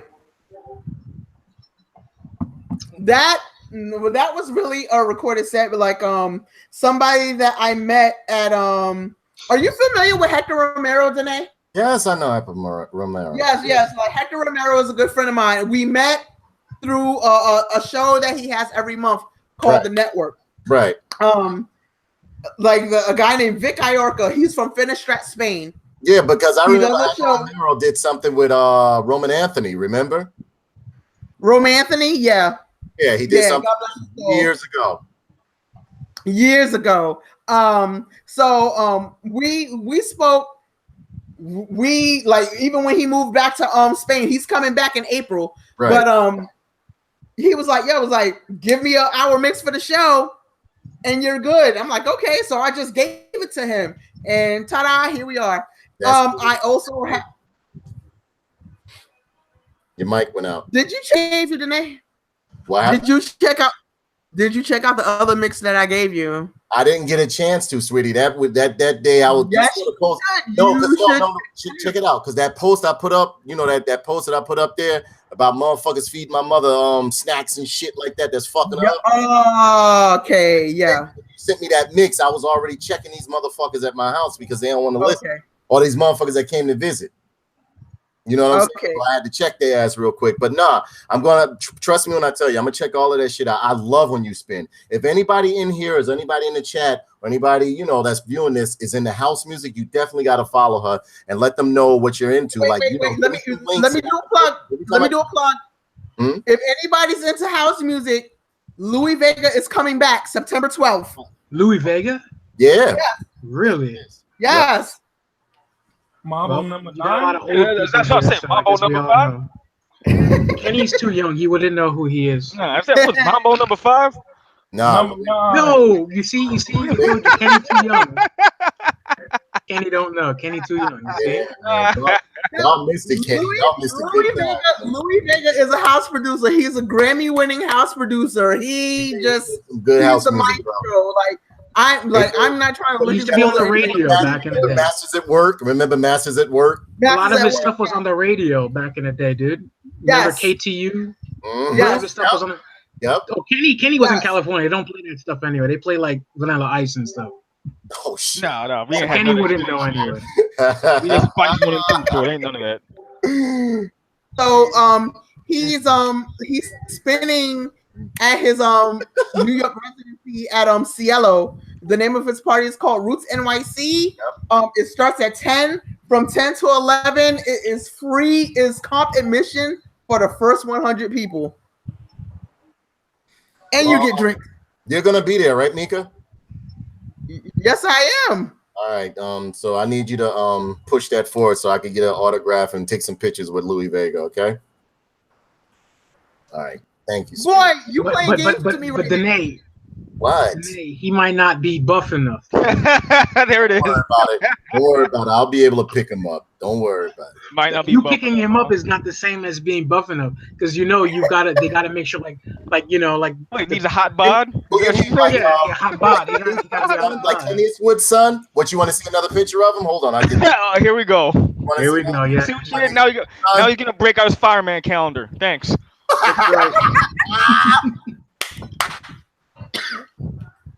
Oh my goodness. Now, see, here's the thing. I don't know if you were here. No, you weren't here last time, David. But they got on me because I'm like this. I want the person to look like a superhero that's supposed to look like a superhero. They gotta have a body, the looks, and everything like that. Doesn't mean I'm gay. No. I would agree with that sentiment. He was no, but the difference, David, he was really breaking it down to like because chest I'm hair like, to how the appropriate chest hair You want was. to see the V muscle point in his crotch? Like me and Danae, Danae could tell you I was excited for. Okay, I guess we got two coming people Batman because I was like, finally we got a high proportionate Batman because all these motherfuckers that was Batman before they two people that are into hot bods. Oh boy, David Aaron, you understand what you want. Of course, you both would understand. Yeah, you might as well hold hands together then. Hot men's, huh? Yeah. You both do the hot bod thing. That's all good. I mean, look, I'm not hating. Claudia, we have to be tolerant, right? Up this picture, that's all. Claudia, I still love you. We have to be tolerant. Claudia, I still find you sexy. Okay, all right. I'm not your type, but okay. He said, "I'm not your type." He said, Danae don't care. He just pinning your head to the pillow like, take that shit. Well, see, well, guess what? That's Shorty, oh crap. Shorty, listen. I'm obliviously sexy. I'm just the type of person. I'm sexy and I don't even know it. That's right. That's right. Claudia, fucking Danae, that's the health inspector from Boondocks, yo. Yeah, man. Yeah, man. Yeah, man. He's like, I've been watching you. You ain't watched behind your ears or nothing. Yeah, man. Just Goodness gracious. He's like, we don't waste no Y'all more. horrible. Oh, Pick up the goddamn soap. shit. September 12th. So Kenny, September 12th. So Kenny, before we wrap this show up, what were you up to this week? Anything you want to talk about? I just been miserable. I've been getting cleaned up and weed. This is the longest I've been without cannabis, and I've been feeling. Oh, so that's why you so cranky. Just so annoying. California, how is this possible? I haven't been without it for. I've been smoking heavy pretty much daily, breakfast, lunch, dinner for the past decade or so. I've been clean for 2 weeks, and it's been just miserable. But it is what it is, man. I ain't been doing much, just kicking it. You know what? You need a new Kenny, hobby. You need a hot bod. I don't mean to rub this in your face, but hot bod hobby. A hot bod hobby? That sounds terrible. Yeah. Hot bod hobby. Anything you want to plug, Kenny? Or because I know you're. Actually, you know what? I do got one thing actually that's not related to me. Did you hit the match this week? Yeah, this Saturday I got my nephew playing football in Hawaii. Right. They're going up against Army. It should be on CBS Sports, number 23 on the field. So if anybody's into college football, check that out. Cool. Yeah. Excellent. That's great. That's great. Any support I can do or we can do right here, please let us know. I'd love to see like a young man doing his thing, young kids doing their thing, building up, making themselves an effective member of society. That's what's up. What was I about to tell you? So anything you want to plug or anything like that? Your jiu-jitsu dojo or anything like that? TeamSilverBJJ.com. You can hit us on Facebook. We're online on Twitter. We have a YouTube channel with all kinds of videos and fun stuff. You know, we got, I think today we even had a women's workshop, so we got something for everybody. Oh, excellent. Don't be again, please leave me some links so I can list them down below within the description. Of course. Channel, so on and so forth. Claudia, anything you want to plug, anything you want to talk about, what you did the last week or whatever the case may be, you think people need to know? Well, I'm coming into the end of my school career, which is I can't wait to get that, and then I'm gonna be gone. You going back to Japan? Yeah, most likely. Oh, I'm a miss. Are you going to stay or a visit? What? Visit. I'm gonna be staying there. I'm gonna be there for a while. Oh man, where are you located at, Claudia? Right now? Yeah. I'm in Jersey. Dirty Jersey. Oh. It's very dirty over here. We gotta do a little. Your mic keep a little goodbye thing. Every time you do something exciting, your mic be like, nah, man. I think her mic is drinking some of her drink right now. The Belvedere. Following that vodka. Her mic is like, nah, fam, calm that shit down. For real, pretty much. No, but that's basically it. That's all I've been doing, grinding on that. And as far as that, I haven't even thought of going back into doing another book. Not yet, at least. I'm just waiting to kill this thing out and start my own venture. So I'm going to be abroad. Probably going to be traveling quite a bit. Oh, okay. I'm going to stay. I'm probably going to stay in certain countries for like 5 years at a time, if I'm blessed with that. But so far right now, that's where my destination is. And then we'll see what happens. But other than that, I'm still going to be doing a lot of the books.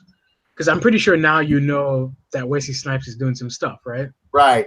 So you've heard of. Okay, so yeah, so behind the scenes stuff, I'm working on some of that stuff too. So at least now, because I've seen it when it was on public in Comic-Con, so I'm like, all right, well, I might as well talk about it. You know? So,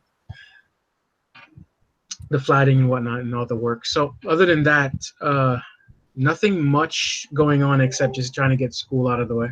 Excellent. That's amazing. That's amazing. Claudia, well, all the best to you, Claudia. Likewise. Absolutely. Absolutely, brother.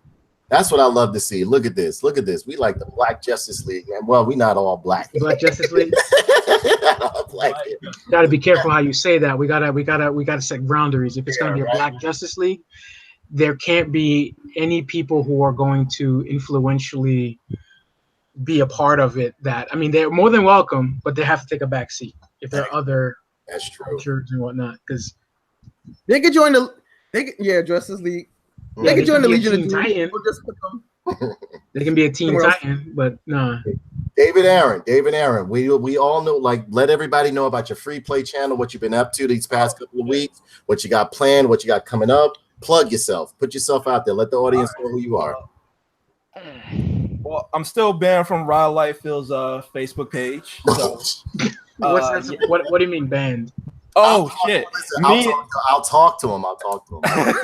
Oh shit! You don't know, me and Rob go way back. Like me, Danae, and Rob. Like me and Danae know Rob personally, and I got on Rob's ass one day, and he got salty as fuck and banned me from his Facebook page.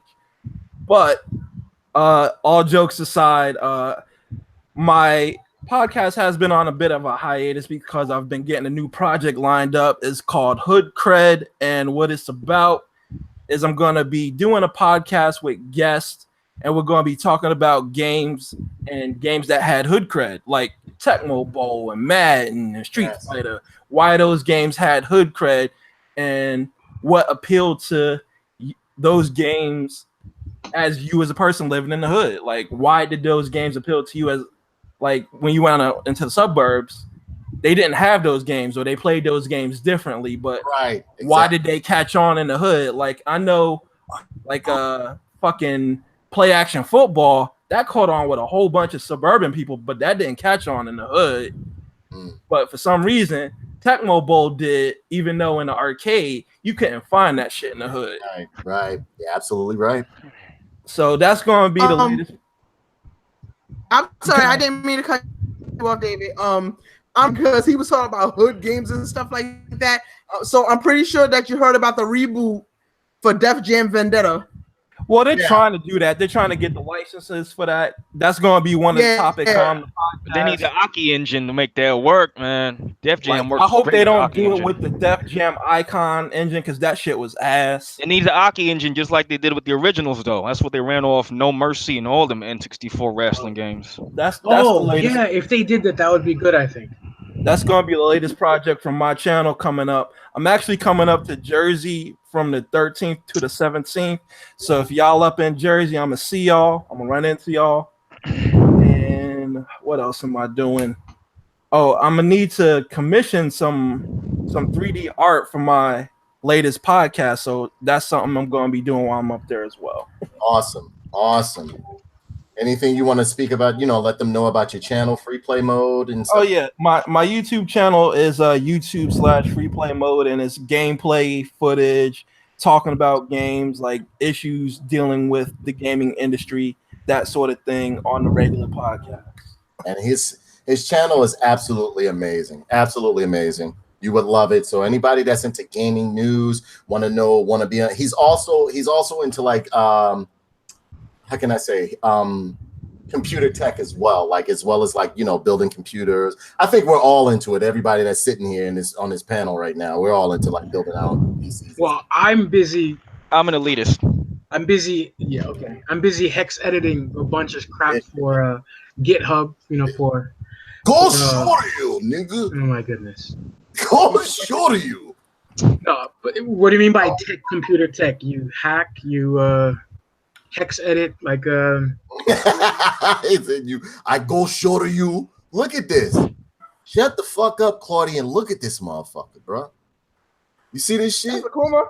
Yes, it is. Lionhead Akuma. Yeah, that's the one. Glad you enjoying it. Yes, I did. And my man, he's a beefcake. That's why. Nunya, Count Kenny, the Mop Mercenary. That's why you like Akuma. Akuma's a beefcake. Yeah. Oh. Listen, I tell you what, Claudia, when I run into you, I'll give you a hug, and maybe I'll give you a reach around. My goodness. If you're nice.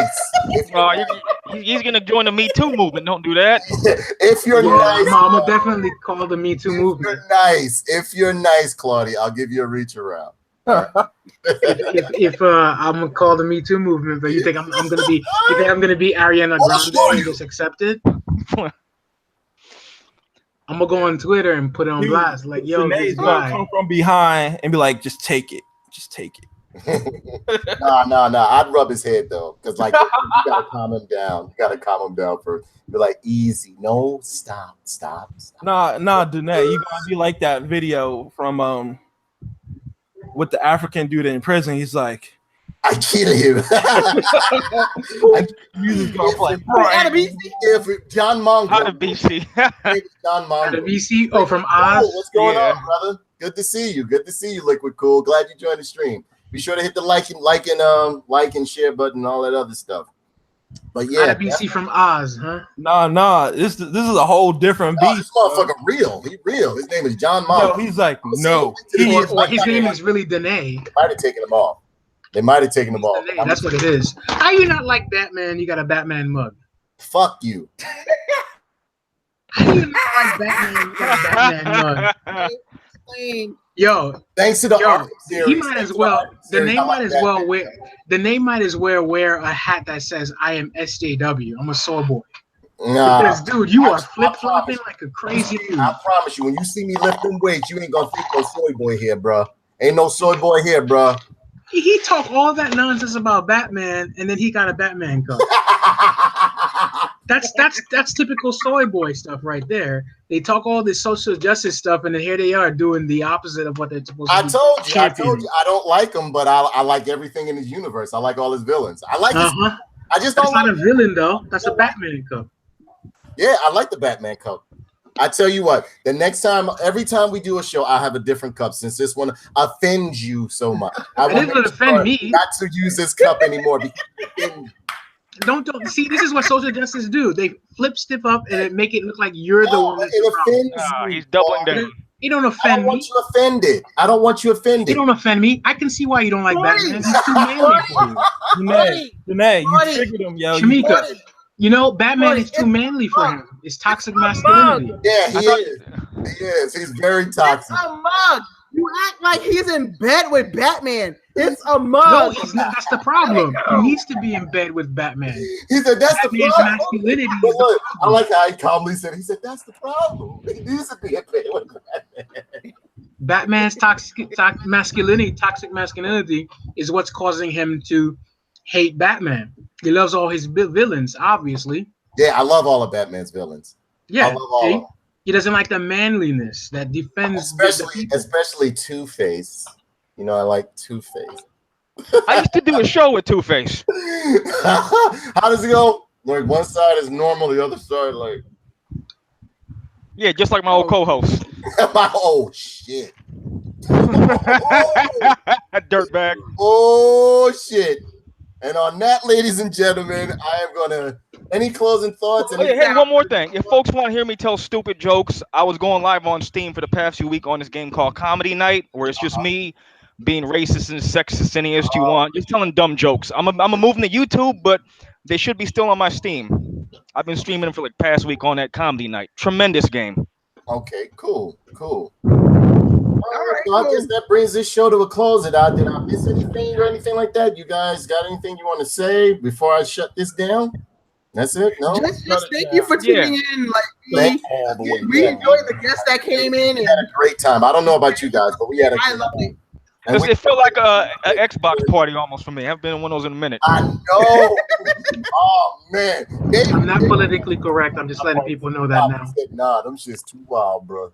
Them shit's too wild. God bless Uno. Remember Uno? No, that was a chat room. Uno was nuts on Xbox. Uno was crazy, man. People getting naked and people cursing each other out, sexual act, all that stuff. Yeah. Uno was out because that was back in the time. That was back in the day when like Microsoft points and like you could get.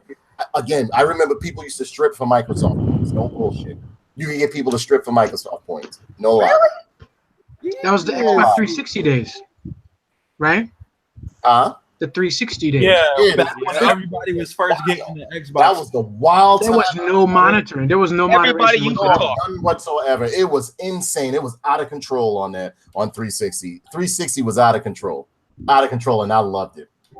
But yeah, that I think this We brings had me PC, to but a then close. now PC Principle came in.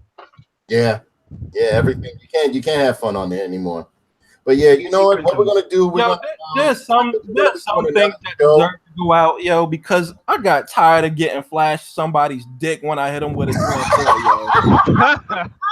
24, yo. What? Yeah. What are you talking about? And where was I? No, Xbox 360 was wild. Those were the wild times. Tell him, David. Tell him. You don't understand. I remember when people literally got into shouting matches. They were swearing like, "Yo, I'm gonna beat you where you live right now. I'll come right to do." It was ridiculous because somebody cheated on So NBA. good. That's how I met Lorraine. I met Lorraine. Lorraine met me on Uno. Her and I were in a Uno party playing Uno together. And then I think that was the one where the guy used to come in there. He would come in there and he would be butt naked, but he would wear Optimus Prime mask. He would wear Optimus Prime mask, and we got so after a while we just got used to it. We would come in our party, and like you would have the camera on because remember Xbox had the small little Xbox camera and stuff like that. And he would just like get up there and play Uno with us, butt naked, but with an Optimus Prime mask on. Oh my goodness! You know what? By the way y'all talking, Mm-hmm. I feel like I haven't lived yet. Yeah, no, Uno was. Yo, you have not lived until you hit somebody with 2 draw 4s, and you be like, all right, now show us your titties because you just Exactly. drop like Put Uno, all that shit in there. I saw so much genitalia and naked people on Uno. Yeah, because Danae had a hat that says, "I'm here to see strong." No, I had a hat that said, "I'm here to see everything." No, he's here to see hot bods. That's what he said. Hot male bods. Don't worry, Claudia. I will come in. I want to see your hot bod. Don't worry. I want to see your hot bod. Yeah, okay. yo, he gonna do like Rick and Morty, yo, like show me what you got. Tell me what you got. Y'all nuts. I'm cutting this thing off. I miss the old 360 We're days. ending this shit. I met Danae in a racist ass room. That's how I met Count Kenny. I met him on the 360 days. I met him in a party. He came in a party and he used to just talk so much shit, and I loved it. I said I gotta add this guy. The room I ran to you in was just a racist tirade back and forth with me and a whole bunch of other people. Because remember, Kenny, my parties were off the chain. They were always wild, and somebody in there doing some crazy shit, saying some crazy shit. Motherfuckers arguing over stupid shit, arguing over nuts. It was just fun. Hey, shouts out to your homeboy who has diabetes as a pre-order on his limbs. Oh yeah, the one he made one of my friends get upset because he was in there and they started cracking jokes on each other. So Count, and I'm gonna cut it short after this.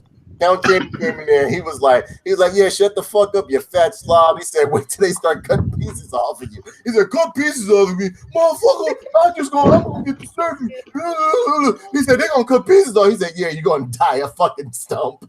You're gonna die a fucking stump. Damn.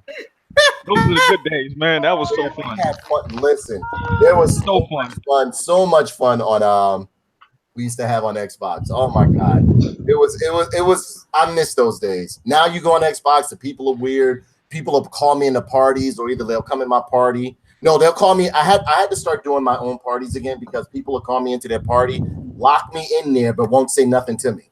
But they'll lock me in a party and won't let me bring other friends in and shit like that. Then if I leave, they catch an attitude with me and delete me off their friends list and shit. They'll be like, "Yo, why?" Yeah, because they have every right to. And it's weird now. They're weird on it. It's a whole new generation of weirdos on the Xbox now. You go on the party, you got to keep quiet. They don't want you to talk. You know what? That's crazy. Danae, the best example of that. Kenny goes is, into an Xbox chat room and Kenny is the one who's normal. No, Rainbow Six is the best example of that because now they ban everybody for saying anything. Back in the day on Rainbow Six Vegas 2, it was a hellhole. I used to run the most vile games on the planet. Call of Duty community being rough. Rainbow Vegas 2. We were the best. Insane. I used to go on love it. And don't be a newbie there. Don't be a motherfucker that's just starting out. They'll fight. They'll like fucking I will kill you and I will shit kick like you that. out my game for using the wrong gun. So that's what it used to be. Yeah.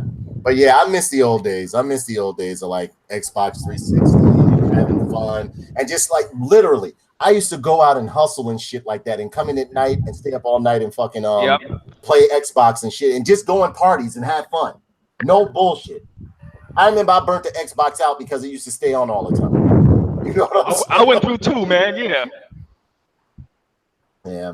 So with That that, Red Dead Redemption? yeah, it used to be. We had fun on there. So, ladies and gentlemen, I bring the show to a close. Thank you for tuning in. We had a great time. Be sure to check out my other co-hosts and guest streams channels and etc. Their social media. I will make sure I list it down below in the description down below. Thank you so much. Share the video, like it, hit the notification bell so you will know when I upload a shitty video when I go live. All right. So with that, ladies and gentlemen, I bid you adieu. Thank you. God bless. We had a great time. I really enjoyed it. Take care. Bye, Have a good everybody. weekend, guys.